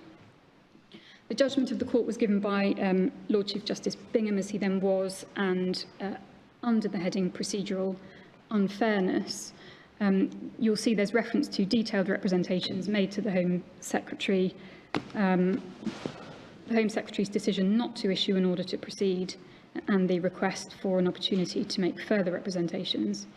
And he then says the statutory scheme makes no provision for representations to be made by the object of an extradition request before an order to proceed is issued. The case of Maguire highlights the general undesirability of prolonged representations and counter-representations at this stage. And a little further down, it is not standard practice in an ordinary domestic context to warn a person of his impending arrest where the extradition of the party in question is sought on the grounds that he is a fugitive criminal. There are obvious practical reasons for not giving such notice. The Home Secretary never led the applicant or his solicitors to think an opportunity to make further representations would be granted. They were entitled to hope that such an opportunity would be granted, but not to expect it. The Home Secretary is not guilty of procedural unfairness. Now, we submit that decision is squarely on point and against the appellant's position. My learned friends seek to distinguish it, but we submit there's nothing in the grounds that they have advanced. They rely on Section 20 of the Judicial Review Act and describe it as a freestanding natural justice obligation. But as I've already explained, in our submission, this changes nothing from the position at common law, and in particular, it has no bearing on the scope of what natural justice requires. So Section 20 is no proper basis to distinguish Norgren, we submit. Then it is said that in Norgren there had been no offer to permit representations. That's a bad point for two reasons. First, it doesn't assist the appellant in this case in respect of the entire period up to the 14th of September, when in his case too there had been no offer to permit representations. Secondly, and as I've shown your lordships in the facts, reliance was placed in Norgren upon the prior receipt and consideration of his representations. So if anything, there was in his case a greater expectation that further representations would be received than in this appellant's case. And the third point of distinction, which we also say does not assist the appellant, is the question of provisional arrest. The appellant's arrest under the provisional warrant is not a true point of distinction with Mr. Norgren's case, because as I've shown your lordships, Norgren too was arrested, so he was fully on notice that the Americans were seeking his extradition. But in any event, we submit the right to make representations cannot possibly stand or fall by whether someone's status is as a person arrested under a provisional or a full warrant. That would give an undue procedural advantage to people arrested provisionally because they were seen to pose a greater flight risk.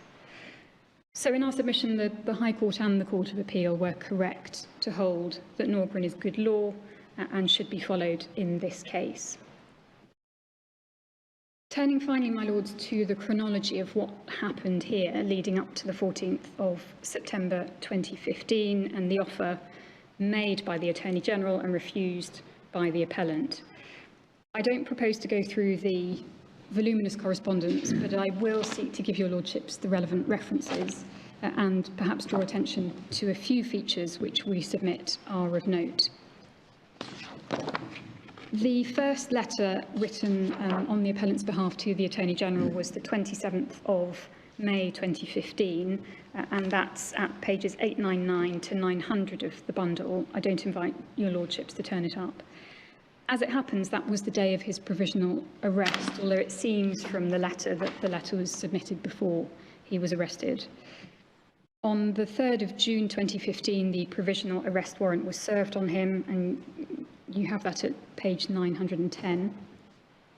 A further letter was written on his behalf on the 12th of June 2015, and in that letter a request was made for an opportunity to make representations, with set out 4 topics which it was proposed those representations would cover. The reference for that is at 915 to 919, and perhaps we could just turn that one up.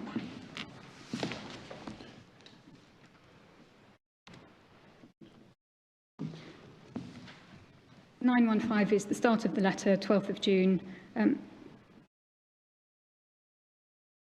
The request for the opportunity to make representations is made, and it's followed by a list of, or numerous lists of, disclosure requests. But if your lordships could please look at page 918.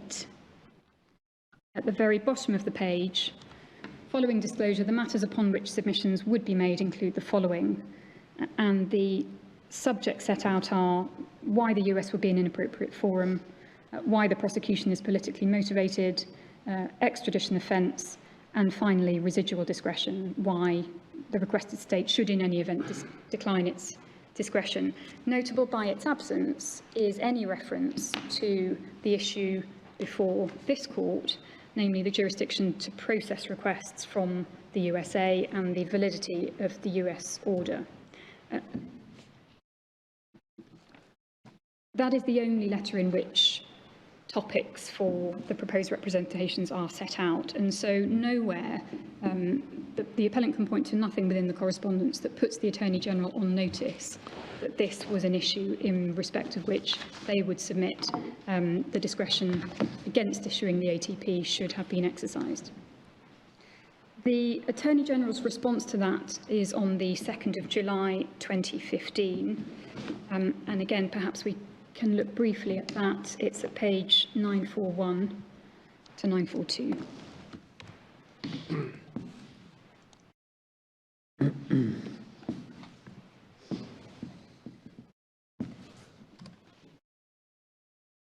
And your lordships will see in the third paragraph, he sets out that he is well aware of his responsibilities and will act fairly in respect of those duties and obligations, including as to disclosure.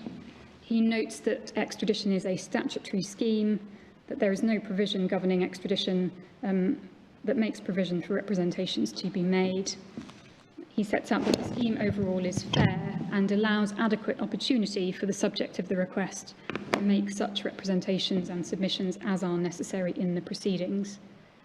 2 paragraphs down, he makes clear there is no assurance that the appellant would be given an opportunity to make representations, albeit in the final paragraph, it's noted that items of disclosure have been sought, and if circumstances arose where they needed to be dealt with, the Attorney-General would do so appropriately.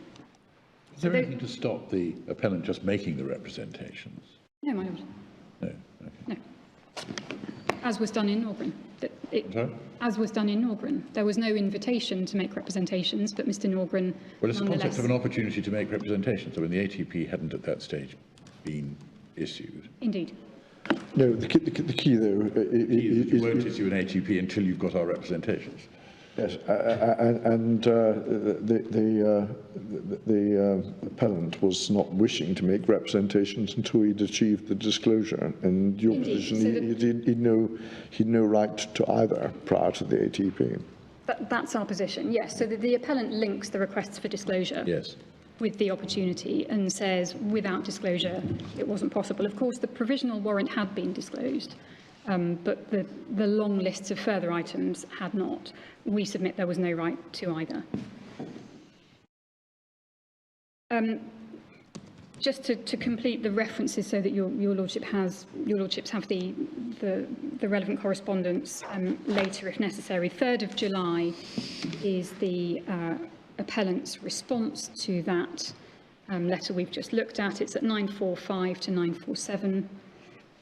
And the point I would just note from that letter is that it objected to the refusal, reiterated the request, but explained that a sufficient period in which representations could be made would be around about 8 weeks. And I submit that that's relevant when we come to look at the later chronology. So 8 weeks was the period that was then being suggested as a reasonable time to allow for representations. There then follows an exchange of correspondence, 25th of July, the 12th of August, and the 18th of August, wherein the appellant raised issues of political interference and apparent bias, asking for recusal of the Attorney-General because he was a political opponent of the appellant. The Attorney-General replied to that, reiterating his reasons for refusing an invitation for representations, but proposing an extension of the timetable for the ATP until after the election. So the political bias letter is at 950 to 956. And because it's in the supplementary bundle, the Attorney-General's reply, where the extension until after the election is set out, that's at 1691 to 1692. There's an incomplete copy in the original bundle, so that's where your lordships will find that. On the 18th of August 2015, the appellant wrote further complaining of that proposed delay until after the elections, and there's finally a reply from the Attorney-General on the 26th of August. So those are at pages 999 up to 1006. There was then the election on the 7th of September, followed by the correspondence with the new Attorney-General, which we will look at briefly in a moment. But as to the position taken by the Attorney-General who was dealing with the matter in this period of time, that was Attorney-General Garvin Nicholas, we submit firstly that it was entirely fair and appropriate for the reasons he gave in the letter we looked at, not to invite representations. Secondly, at no stage was he put on notice of a challenge or a potential challenge to the validity of the US order. And my learned friend argued yesterday that it was of particular importance, given the nature of the challenge now brought, for the appellant to have been allowed an opportunity to make representations to the Attorney-General, because only he could offer any remedy. We don't accept that, not least because the fact we are here today shows that there was an available remedy before the courts. And conversely, the Attorney-General would have been powerless to do anything about the validity or otherwise of the US order, even had representations been made. Thirdly, the fact that his successor took a different view, and we say went further than the duty of fairness required, reveals nothing about whether the original refusal to invite representations was procedurally unfair. My learned friends yesterday placed weight on the affidavit of the new Attorney-General, Faris Al-Rawi, and his view that it would be consonant with the principles of fairness to permit representations to be made. That's at page 303 of the bundle. We submit all that tells you is what he believed. It does not tell you whether he was correct in that belief, and the assessment of fairness is for this court, not for him to assess.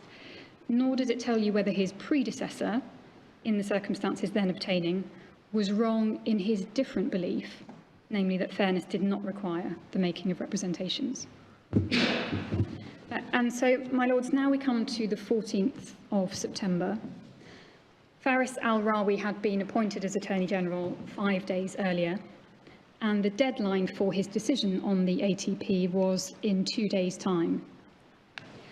Absent the court's receipt of the ATP by the 16th of September, the appellant would have been discharged pursuant to section 12(3) of the Act.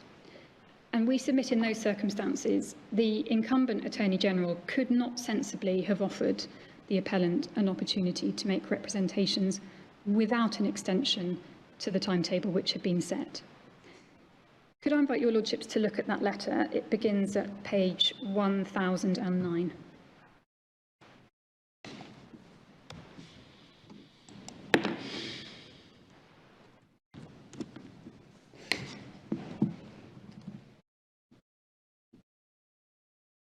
And he states in the first half of the page that Mr. Al-Rawi had reviewed the correspondence between the appellant and the predecessor Attorney-General.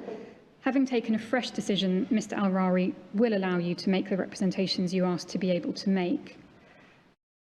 A copy of the extradition request is disclosed, albeit there was a delay in the delivery of that.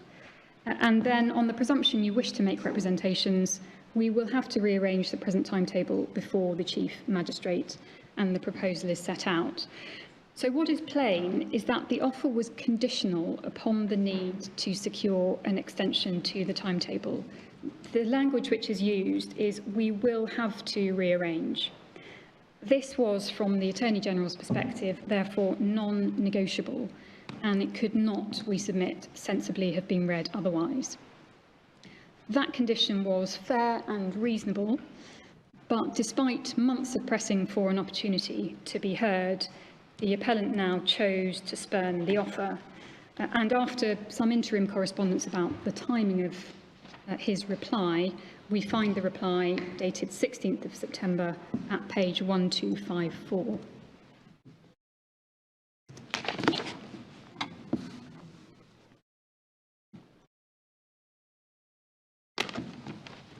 And in the middle of the page, the reasons are set out. The basic premise of your letter is that if we consent to continue Mr. Warner's infringement of liberty, the Office of the Attorney-General will afford us a hearing. It is, on any view, unacceptable for a public authority to attempt to barter with the liberties of one of its citizens. In any event, we are unable to accede to any arrangement that has the effect of imposing a continuing fetter upon the liberty of our client. And then over the page, please, at the bottom of 1255. Having adopted an unfair and belligerent posture and having delayed this matter until the eve of the deadline imposed by the magistrate for making a determination, the Office of the Attorney-General cannot now require from us an additional infringement of our client's liberty, contrary to the legislative scheme and the express order of the magistrate under section 12(3) of the Act. And My Lords, we do submit that there is a distinct air of unreality to this reply. The appellant was not in custody. All that was being suggested was a short extension of his bail conditions in order to give him what he himself had sought, namely an opportunity to make submissions to the new Attorney General. As Mr Justice Abood put it, the allegation that an extension of time would have compromised his liberty exists only on the esoteric plane of legal theory. Nor is it clear, we submit, why it said the Attorney General's proposal would have constituted an additional infringement of liberty contrary to the legislative scheme. The only sensible construction of that assertion we submit is that the appellant was taking the position he had an absolute right to be discharged under section 12.3, and that presumably, therefore, the Attorney General should just have allowed that discharge to happen and then waited patiently for representations out with any kind of procedural tether or framework, with the appellant free to leave the country at any time. That is plainly not how section 12.3 is intended to operate. Its purpose is to create a procedural sanction against indefinite delay in the issuing of the ATP. And so we submit this was not, as it's now being characterised, a bargaining chip by which the Attorney General was requesting a longer bail period in exchange for the opportunity for the appellant to be heard. Rather, it was, in the circumstances, a fair and practical proposal which was aimed at affording the appellant sufficient time to make meaningful representations, as he'd been seeking to do. In making that offer, the Attorney General went beyond what he was required to do by way of his duty of fairness, so it was in that sense gratuitously made. It was also gratuitously refused, and it was a refusal given by the appellant by choice. We say that the courts below were right to say it provided no basis for invalidating the ATP, and we submit it offers no such basis now. So, my Lords, unless I can be of any further assistance on that issue, that concludes my submissions on issue 5. And could I just have a moment, please? And that concludes our submissions. Scott, thank you very much. Okay.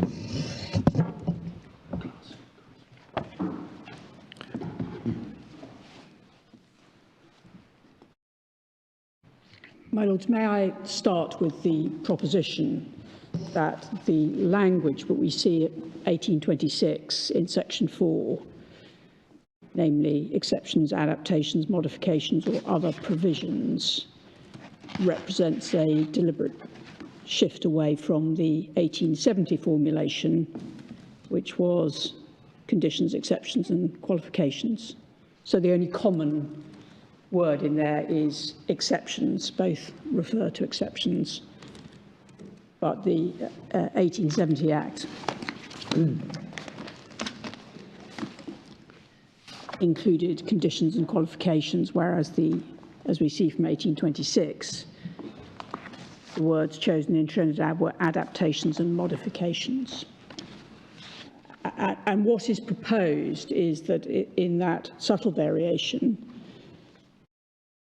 that the legislature intended to depart from a scheme that had operated for over 100 years, where treaties could only narrow the operation of the Act to one where they could permissibly widen it. Firstly, I do repeat the submission that this was not distinctly argued at any point, including in the respondent's case. And it is just worth looking not just at the passages that Mr. Lewis drew your attention to today, but the introduction in the respondent's case at page 1766 to the legislative background.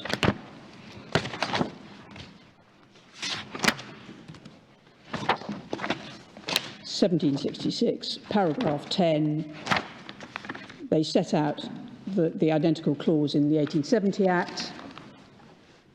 They set out the same clause in the 1989 Act, And they say at paragraph 12 on 1767, section 4.3 is modelled on identical language. So it's not simply that they cite, as I pointed out at paragraph 60, that the language is consistent with the proposition that the jurisdiction cannot be extended. They also appear to be drawing a clear comparison and saying this is a successor piece of legislation. Well, paragraph 12 is referring to section 4.3, not section 4.1. I accept that, but your Lordship knows this has to be read together with paragraph 60, 1779. Yes. Where it is very clearly set out that the analysis of non-conformity does depend upon the Nielsen proposition.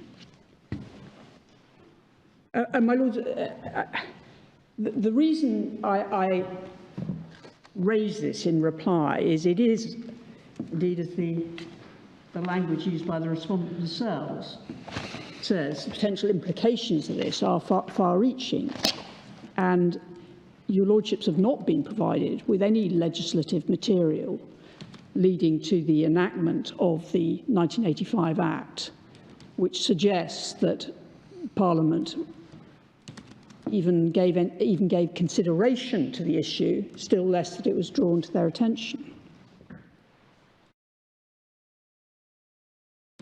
And as the Supreme Court in New Zealand pointed out in Ortman, and perhaps it's just worth going to the passage which you looked at, I know, yesterday, but at 4229, in paragraph 110,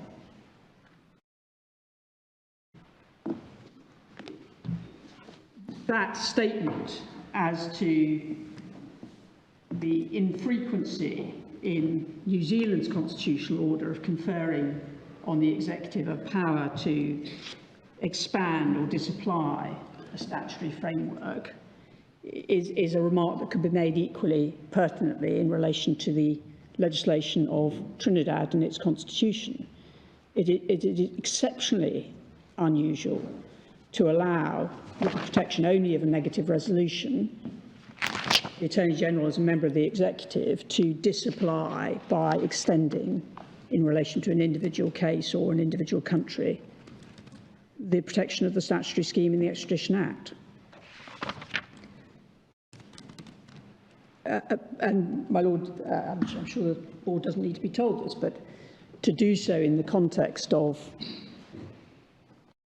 a treaty with America particularly, given the tensions in the relationships between the Caribbean countries and occasionally the United States of America, would have been of very significant political moment were that the contemplation.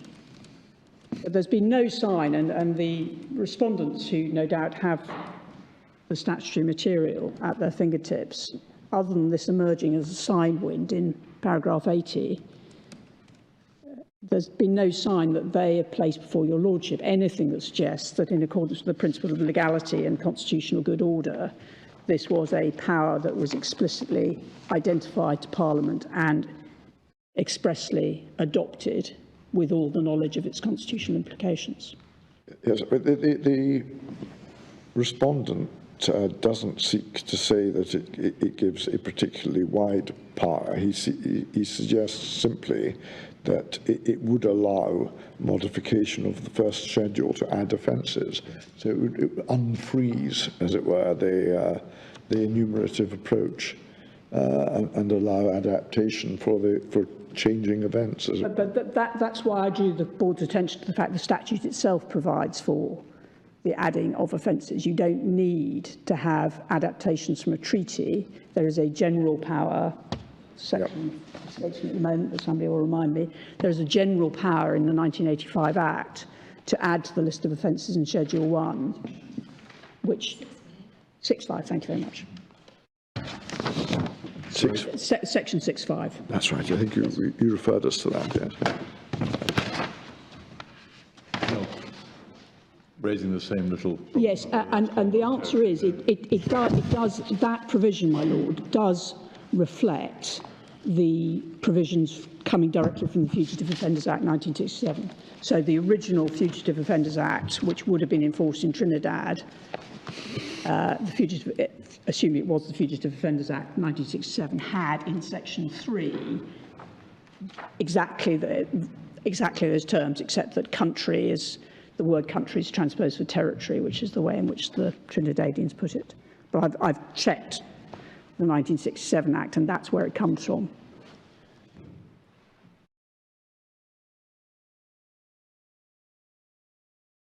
Sorry, and so therefore it applies to nominated territories, not just Commonwealth territories? No, therefore it applies just to Commonwealth countries. It's intended to be, it's been taken from the Commonwealth scheme. In which case it doesn't apply here? In which case it doesn't apply here.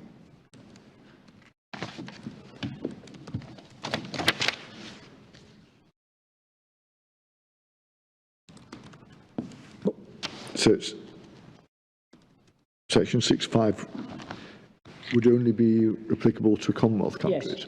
Yes, on that analysis. And given that we are looking at two separate schemes being joined together, it is reasonable to assume that they are intending in section 6, as the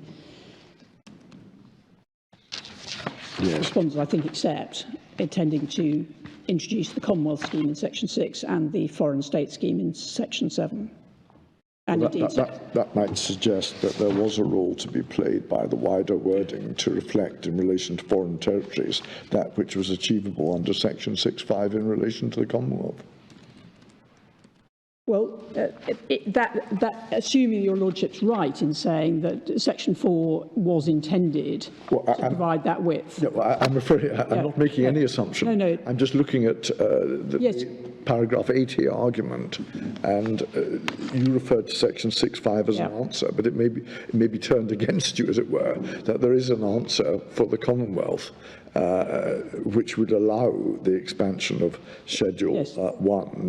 There's nothing other than primary legislation to allow the expansion of Schedule 1 in relation to foreign territories, unless the wording of Section 4 provided that mechanism. My Lord, that's right, but given that the only mechanism for making changes to the first schedule is the one contained in 6.1, but nevertheless the first schedule is something to which reference is permissibly made under 7.1, it would be certainly arguably within the power of the Trinidadian authority to say we need to add conspiracy to defraud to the first schedule. For all purposes, we have the power to add to it under section 6, and therefore we will now have the benefit of that for the purpose of construing foreign state extraditable offences under section 7.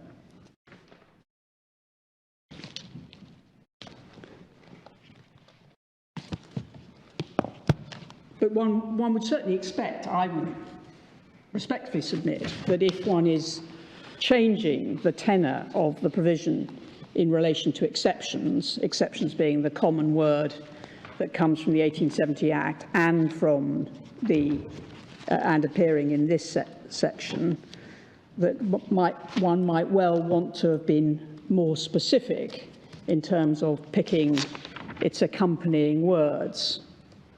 Adaptations and modifications are not clear indications that it includes additions, for example, or supplemental provisions.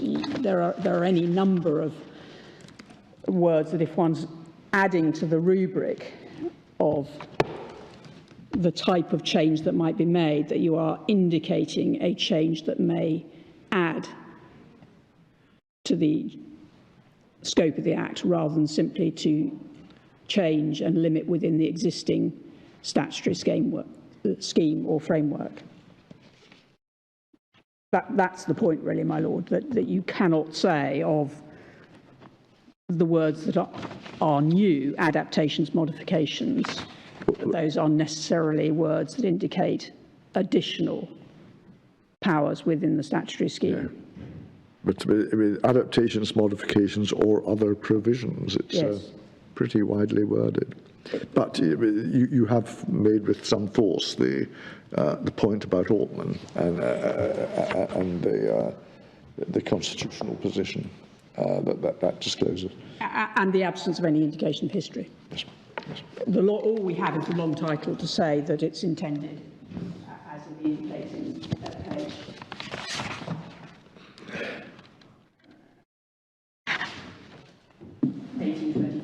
To replace the Extradition Act, and obviously the Fugitive Defence Act. Actually, so it looks like we're looking at the Fugitive Defence Act 1881 as well, rather than 67. It looks like 67 hadn't come in.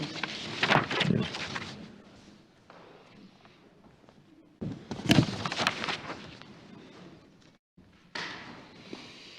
But on any view, the other criteria that your Lordship might want to consider in construing Section 4 is whether it empowers additions to the statutory scheme is that the reference in particular to restrictions on return does not suggest that that power to add, if you're able to read adaptations and modifications as potentially expansive, the restriction requiring conformity with those restrictions surely can't be read as permitting adaptations or modifications that extend and reduce the restrictions on return. When one reads 4.1 together with 4.2, on any view, it must be a limiting only power rather than one that can extend.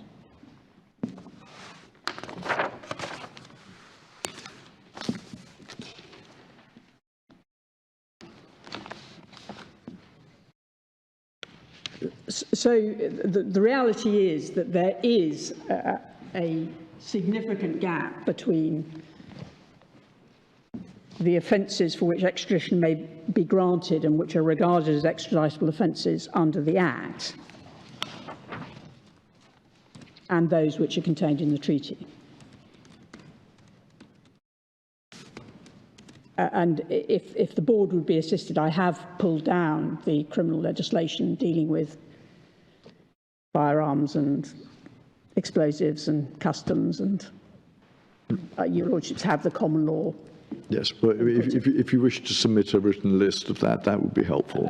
I'm certainly happy to do that. Having let Mr. Lewis see it. But I've got them here, so yes. They're available. Should Thank it be you very required. much. But I mean, it's self-evident that Yes. one can look at the list and see that there are swathes of criminal law ranging from copyright through to tax, the concerns of the 20th century that found no reflection in 19th century lists. And none of them are present in the first schedule. They are, your list is going to be of indictable offences as at 2000. Yes.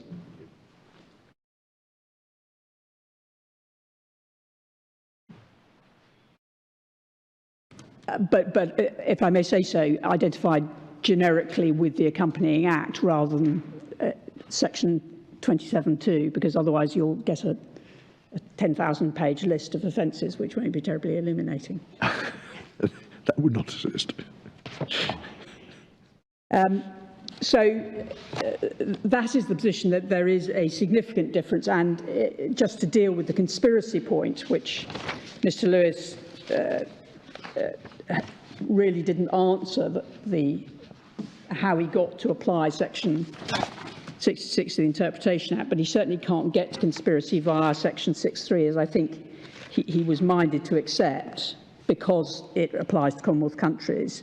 And it is worth noting that 6.3, page 1827, which is read the first schedule as including conspiracies, for the purpose of Commonwealth cases, there is no similar provision in 7.3. On the contrary, 7.3, which deals with the list or potentially a list in treaties, an expansive reading of the list in a treaty, 7.3 is 1828, so as to include all inchoate offences and accessory offences other than conspiracy. So it's everything that's in 6.3 except conspiracy.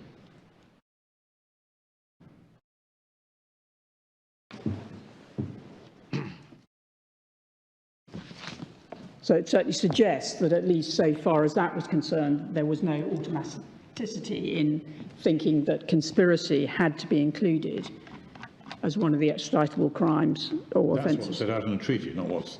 Yes, indeed, yes. But it's the statutory thought that lies behind it, my lord, not that they're dealing with the same subject matter. They're clearly not. One's dealing with the treaty list, or a potential treaty list, and one's dealing with a Commonwealth list. But the reason is because you're jamming together two different schemes. Thus far, we've all submitted, we're all sort of groping towards the conclusion that 6.3, read on its own, is only about Commonwealth territories. Yes. But then the first schedule is hauled out of the Commonwealth territory regime by Yes. 7.1. Yes. Then ask the question whether 7.1, if you like, includes 6.3 because if you're going to look at Schedule 1, the foreign territory, non-Commonwealth purpose, why not look at it in the way that it's looked at for the purpose of Commonwealth territory? Well, if one was to disinter the 1870 Act, the reason is because the 1870 Act didn't have a self-contained power within the Act to add to the list. The list was always added to by other fresh acts, either by the offence creating, Theft Act, for example, had a section saying all these offences are added to the list. So that's how it happened with foreign states. Occasionally you've got a specialist Extradition Act adding a list, but normally, if you've got hijacking was added, it was the offence creating the hijacking offence which said, and this will be added to the list, insider dealing the same. So that was the way that worked, whereas Commonwealth countries was always done by a self-contained power within the Fugitive Offences Act 1881 or 1967 to add to the list through an order by the Secretary of State within that statutory scheme. And that's the reality, that what you're looking at here are two completely disparate schemes that have just been shoved together, taking almost identical language, except the countries changed to territory, and I would say limitations are changed to adaptations. But you're looking at two parallel schemes that have simply been put in without any regard as to how whether they reflect the same powers. They don't.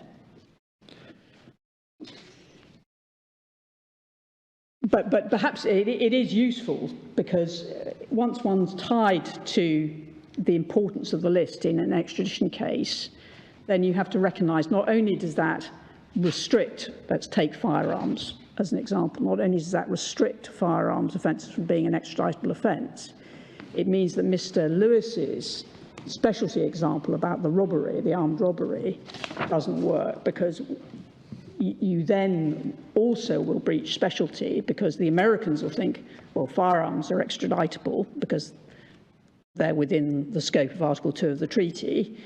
We've now had this man returned for armed robbery. We can now prosecute him for firearms because that's an extraditable offence, whereas it isn't, in fact, because it's not in the list in Schedule 1. So that's why I've always made the point that you cannot look at dissonance between what's an extraditable offence and say, oh, well, it just affects what may happen in Trinidad. It also affects the approach that the US may take to it. And the significance of that is that because the firearms offence will have been included in the fact proved before the magistrate in the putative robbery extradition, he'll go back to America, and Article 14 will permit, so far as the Americans are concerned, him to be tried for firearms offences without having to seek consent at all, because Article 14.1 says you can be tried for any extraditable offence or any other differently denominated offence without the need for consent.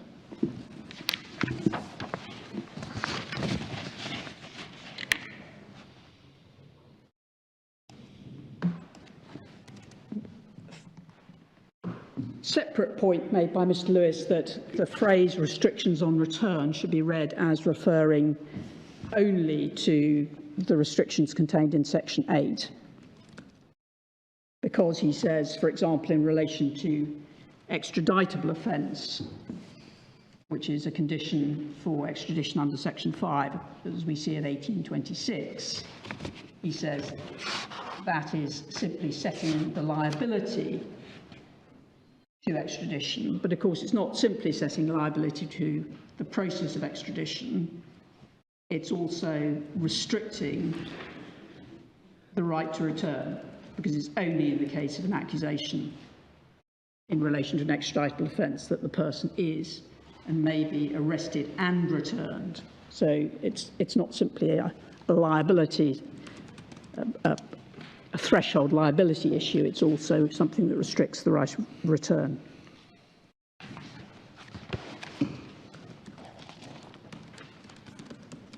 And that, with respect, makes sense because, as Mr. Lewis himself was disposed to agree, extradition, crime, double criminality, specialty are all core values, was the word he used, or term he used this morning, core values in the process of extradition. They are common in all extradition schemes, and they constitute, effectively, the cases differ in their language, but in Ortman, the requirement for extradition, crimes and double criminality at 4217, the words used are fundamental organising principle.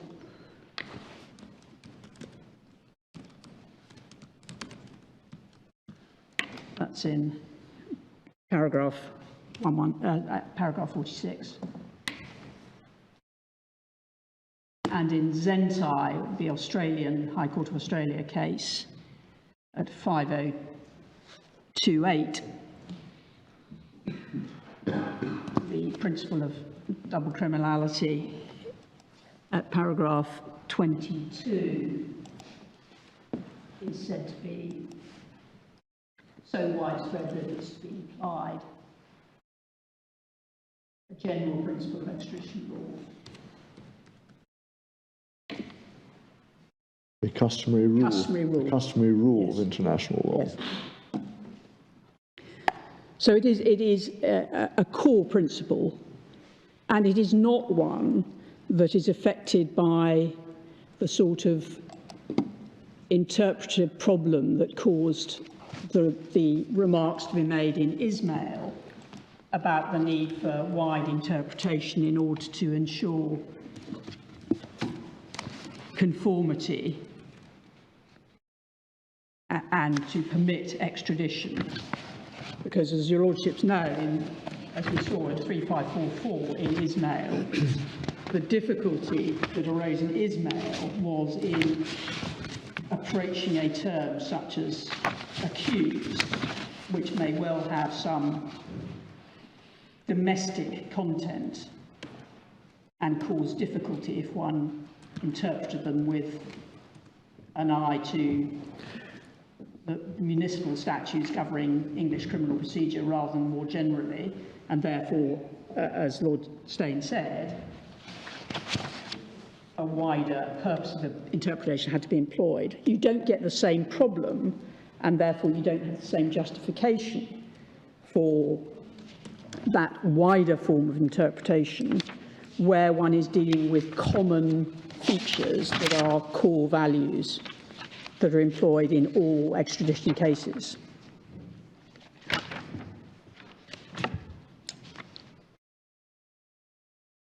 Can I just ask you on Mr. Lewis's armed robbery point? Yes. If the court was persuaded that there was a risk that the person returned, if the magistrate was persuaded there was a risk the person returned might be prosecuted for a firearms offence, which is not contained within the Schedule 1, could the magistrate return in those circumstances, or would is there something in 8.3 that would prevent that? No, the magistrate could return for the robbery,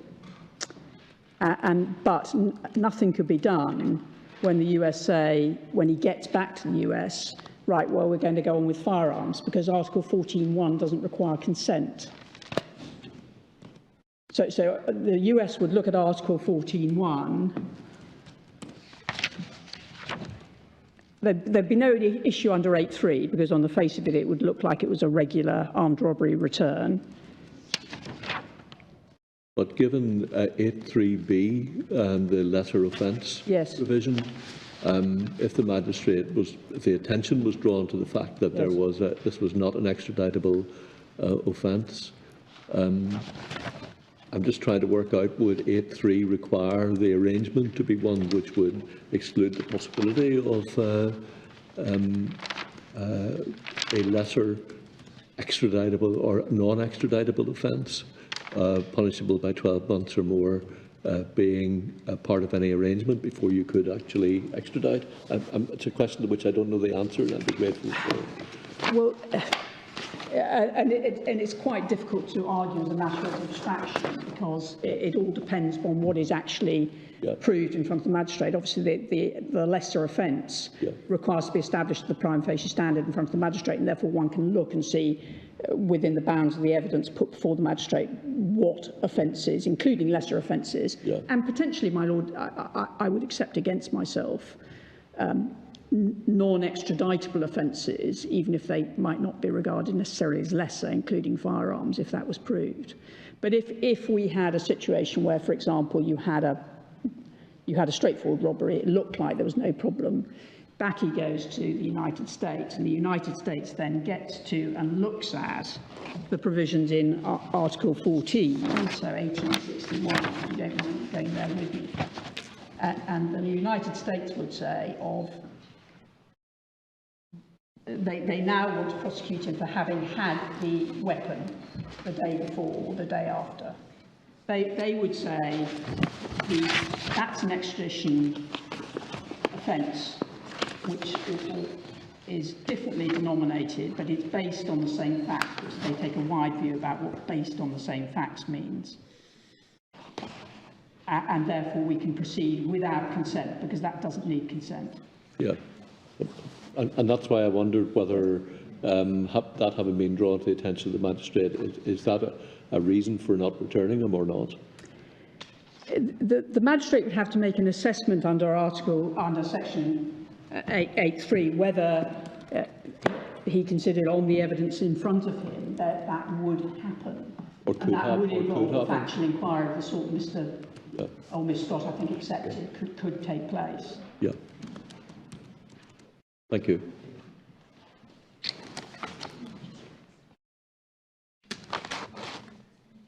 Well, under 8.3, what he has to be satisfied about is that there is the requisite provision in some relevant arrangement. Yes. It's not whether on the ground it's going to be complied with, but whether it's there. Yes. Yes. And obviously we've got the complication in this case illustrated by our special arrangement that on the face of it, it appears to, if it complies with 8.3, it must conflict with Article 14, and nobody's explained how that's been achieved, that whether the primary treaty has been disapplied. It's the same problem that arose in Dean, in the Scottish case. You had an inadequate specialty arrangement with Taiwan. It was sought to be filled by a much more specific assurance agreed between Taiwan and the United Kingdom. And the High Court of Justiciary said, what are we supposed to do with this? Nobody's explained to us how the gap can be closed by an assurance in circumstances where it appears to be in direct conflict with the main treaty obligation. It looks from 8.3 as though you can be returned to a Commonwealth country which hasn't got this specialty arrangement. That's right, because the reason is because the Commonwealth laws were provided by mutually passed statutes which reflected the scheme. So every Commonwealth country had a Fugitive Offenders Act or its equivalent. And so it was a question of there being matching statutes in the Commonwealth countries. It's just that 8.3, it seemed to me, suggested that if there wasn't law in a Commonwealth country... There would be. No, but the statute, if you read it, says that if there's not law, that if for some reason the statute had been changed, it looks as though 8.3 would come into play. In other words, that it's not it wasn't clear to me that it was a requirement in a Commonwealth country that an 8.3 solution had to be in place. Yes, I take that point, my lord, but the reality is that it is. It is. Mr Montgomery, I'll have to press you to, Yes, to no, wind things certainly. down. I'm conscious I've taken too long. Would your lordship just give me 3 minutes just to run through some points? The Act incorporates the treaty. That has been established law in the United Kingdom for 100 years. 3558 is the citation in the Privy Council. It doesn't matter if it's embodied or recited, it incorporates. Secondly, even if Mr Lewis is right, every Commonwealth country reviews and construes the treaty. Ortman, you see it at 4174. In New Zealand, Zentai, you see it 5040, paragraph 65, High Court of Australia construing the treaty. Postlethwaite, the very part that Mr Lewis took you to this morning, just at the top of the page, 4576, the House of Lords is construing the treaty. Kindler, Canada, 3691, again, Article 6 of the treaty is being construed. Nobody has ever suggested in the history of extradition law until Mr Lewis came here that it's impermissible for the court to consider the contents of the treaty and determine what they mean. Quite apart from anything else, it would be constitutionally wrong for him to suggest that the court's jurisdiction is excluded. Again, I can just give you the lordship's the references. Brantley, which deals with the importance of the separation of powers and the right to judicial consideration of the legality of Acts 3126 is Brantley, and Dumas, thank you, 3338. And in Dumas, in fact, there was a parliamentary debate, but that was nevertheless considered to be not sufficient to exclude the jurisdiction of the court.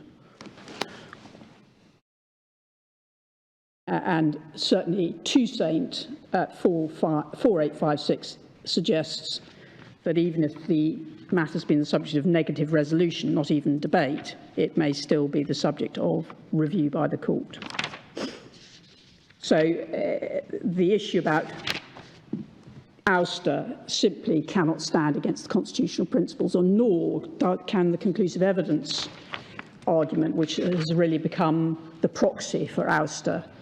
The reality is that Mr Lewis's construction of the conclusive evidence clause says effectively that that's equally good to oust the right of the court. Then finally, just the point about margin of appreciation. The question is not whether the interpretation of conformity is permissible, but whether it's correct. Deciding whether this Act conforms to the treaty is capable of a clear-cut answer within the Croydon meaning 3298. The court simply has to determine what conformity means and ask, do the arrangements meet that standard?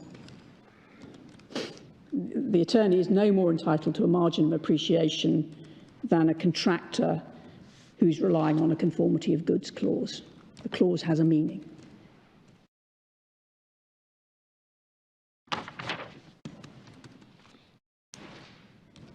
Then I'm conscious I'm trespassing on your lordship's time. I don't really want to add anything to what's been said about the ATP and the certificate process. As I say, our concern about the certificate is because it appears to be in contradiction to Article 14. Our concern about the authority to proceed process is very simply this.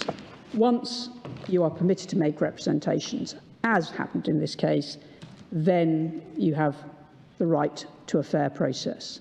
And although I know my Lord Briggs presided over the case which made the point that you don't always have a right, it's the prisons case, Seren Richards, it was whether you've got a right to be heard, yes. Where the Judicial Review Act applies in Trinidad, and as is always the case, it depends on the context. But in this case, if you're offered the right to be heard, then, as happened, then you're entitled to the full panoply of that fair hearing, not to have it taken away. And both sides are really trying to make something of what we regard as esoteric principles. What was the harm? if there had been a discharge from custody. The ATP could then still have been considered and issued even without Mr. Warner in custody.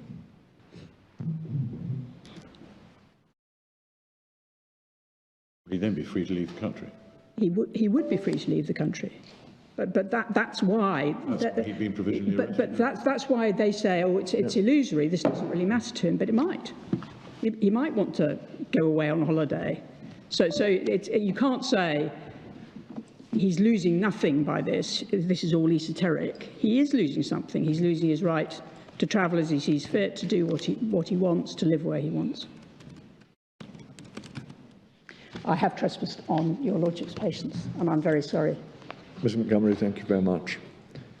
The board is very grateful to counsel for their careful submissions in this appeal, and also to those who have assisted counsel in preparing the papers and their submissions. The board will consider those submissions very carefully and produce a judgment in due course. We will now adjourn.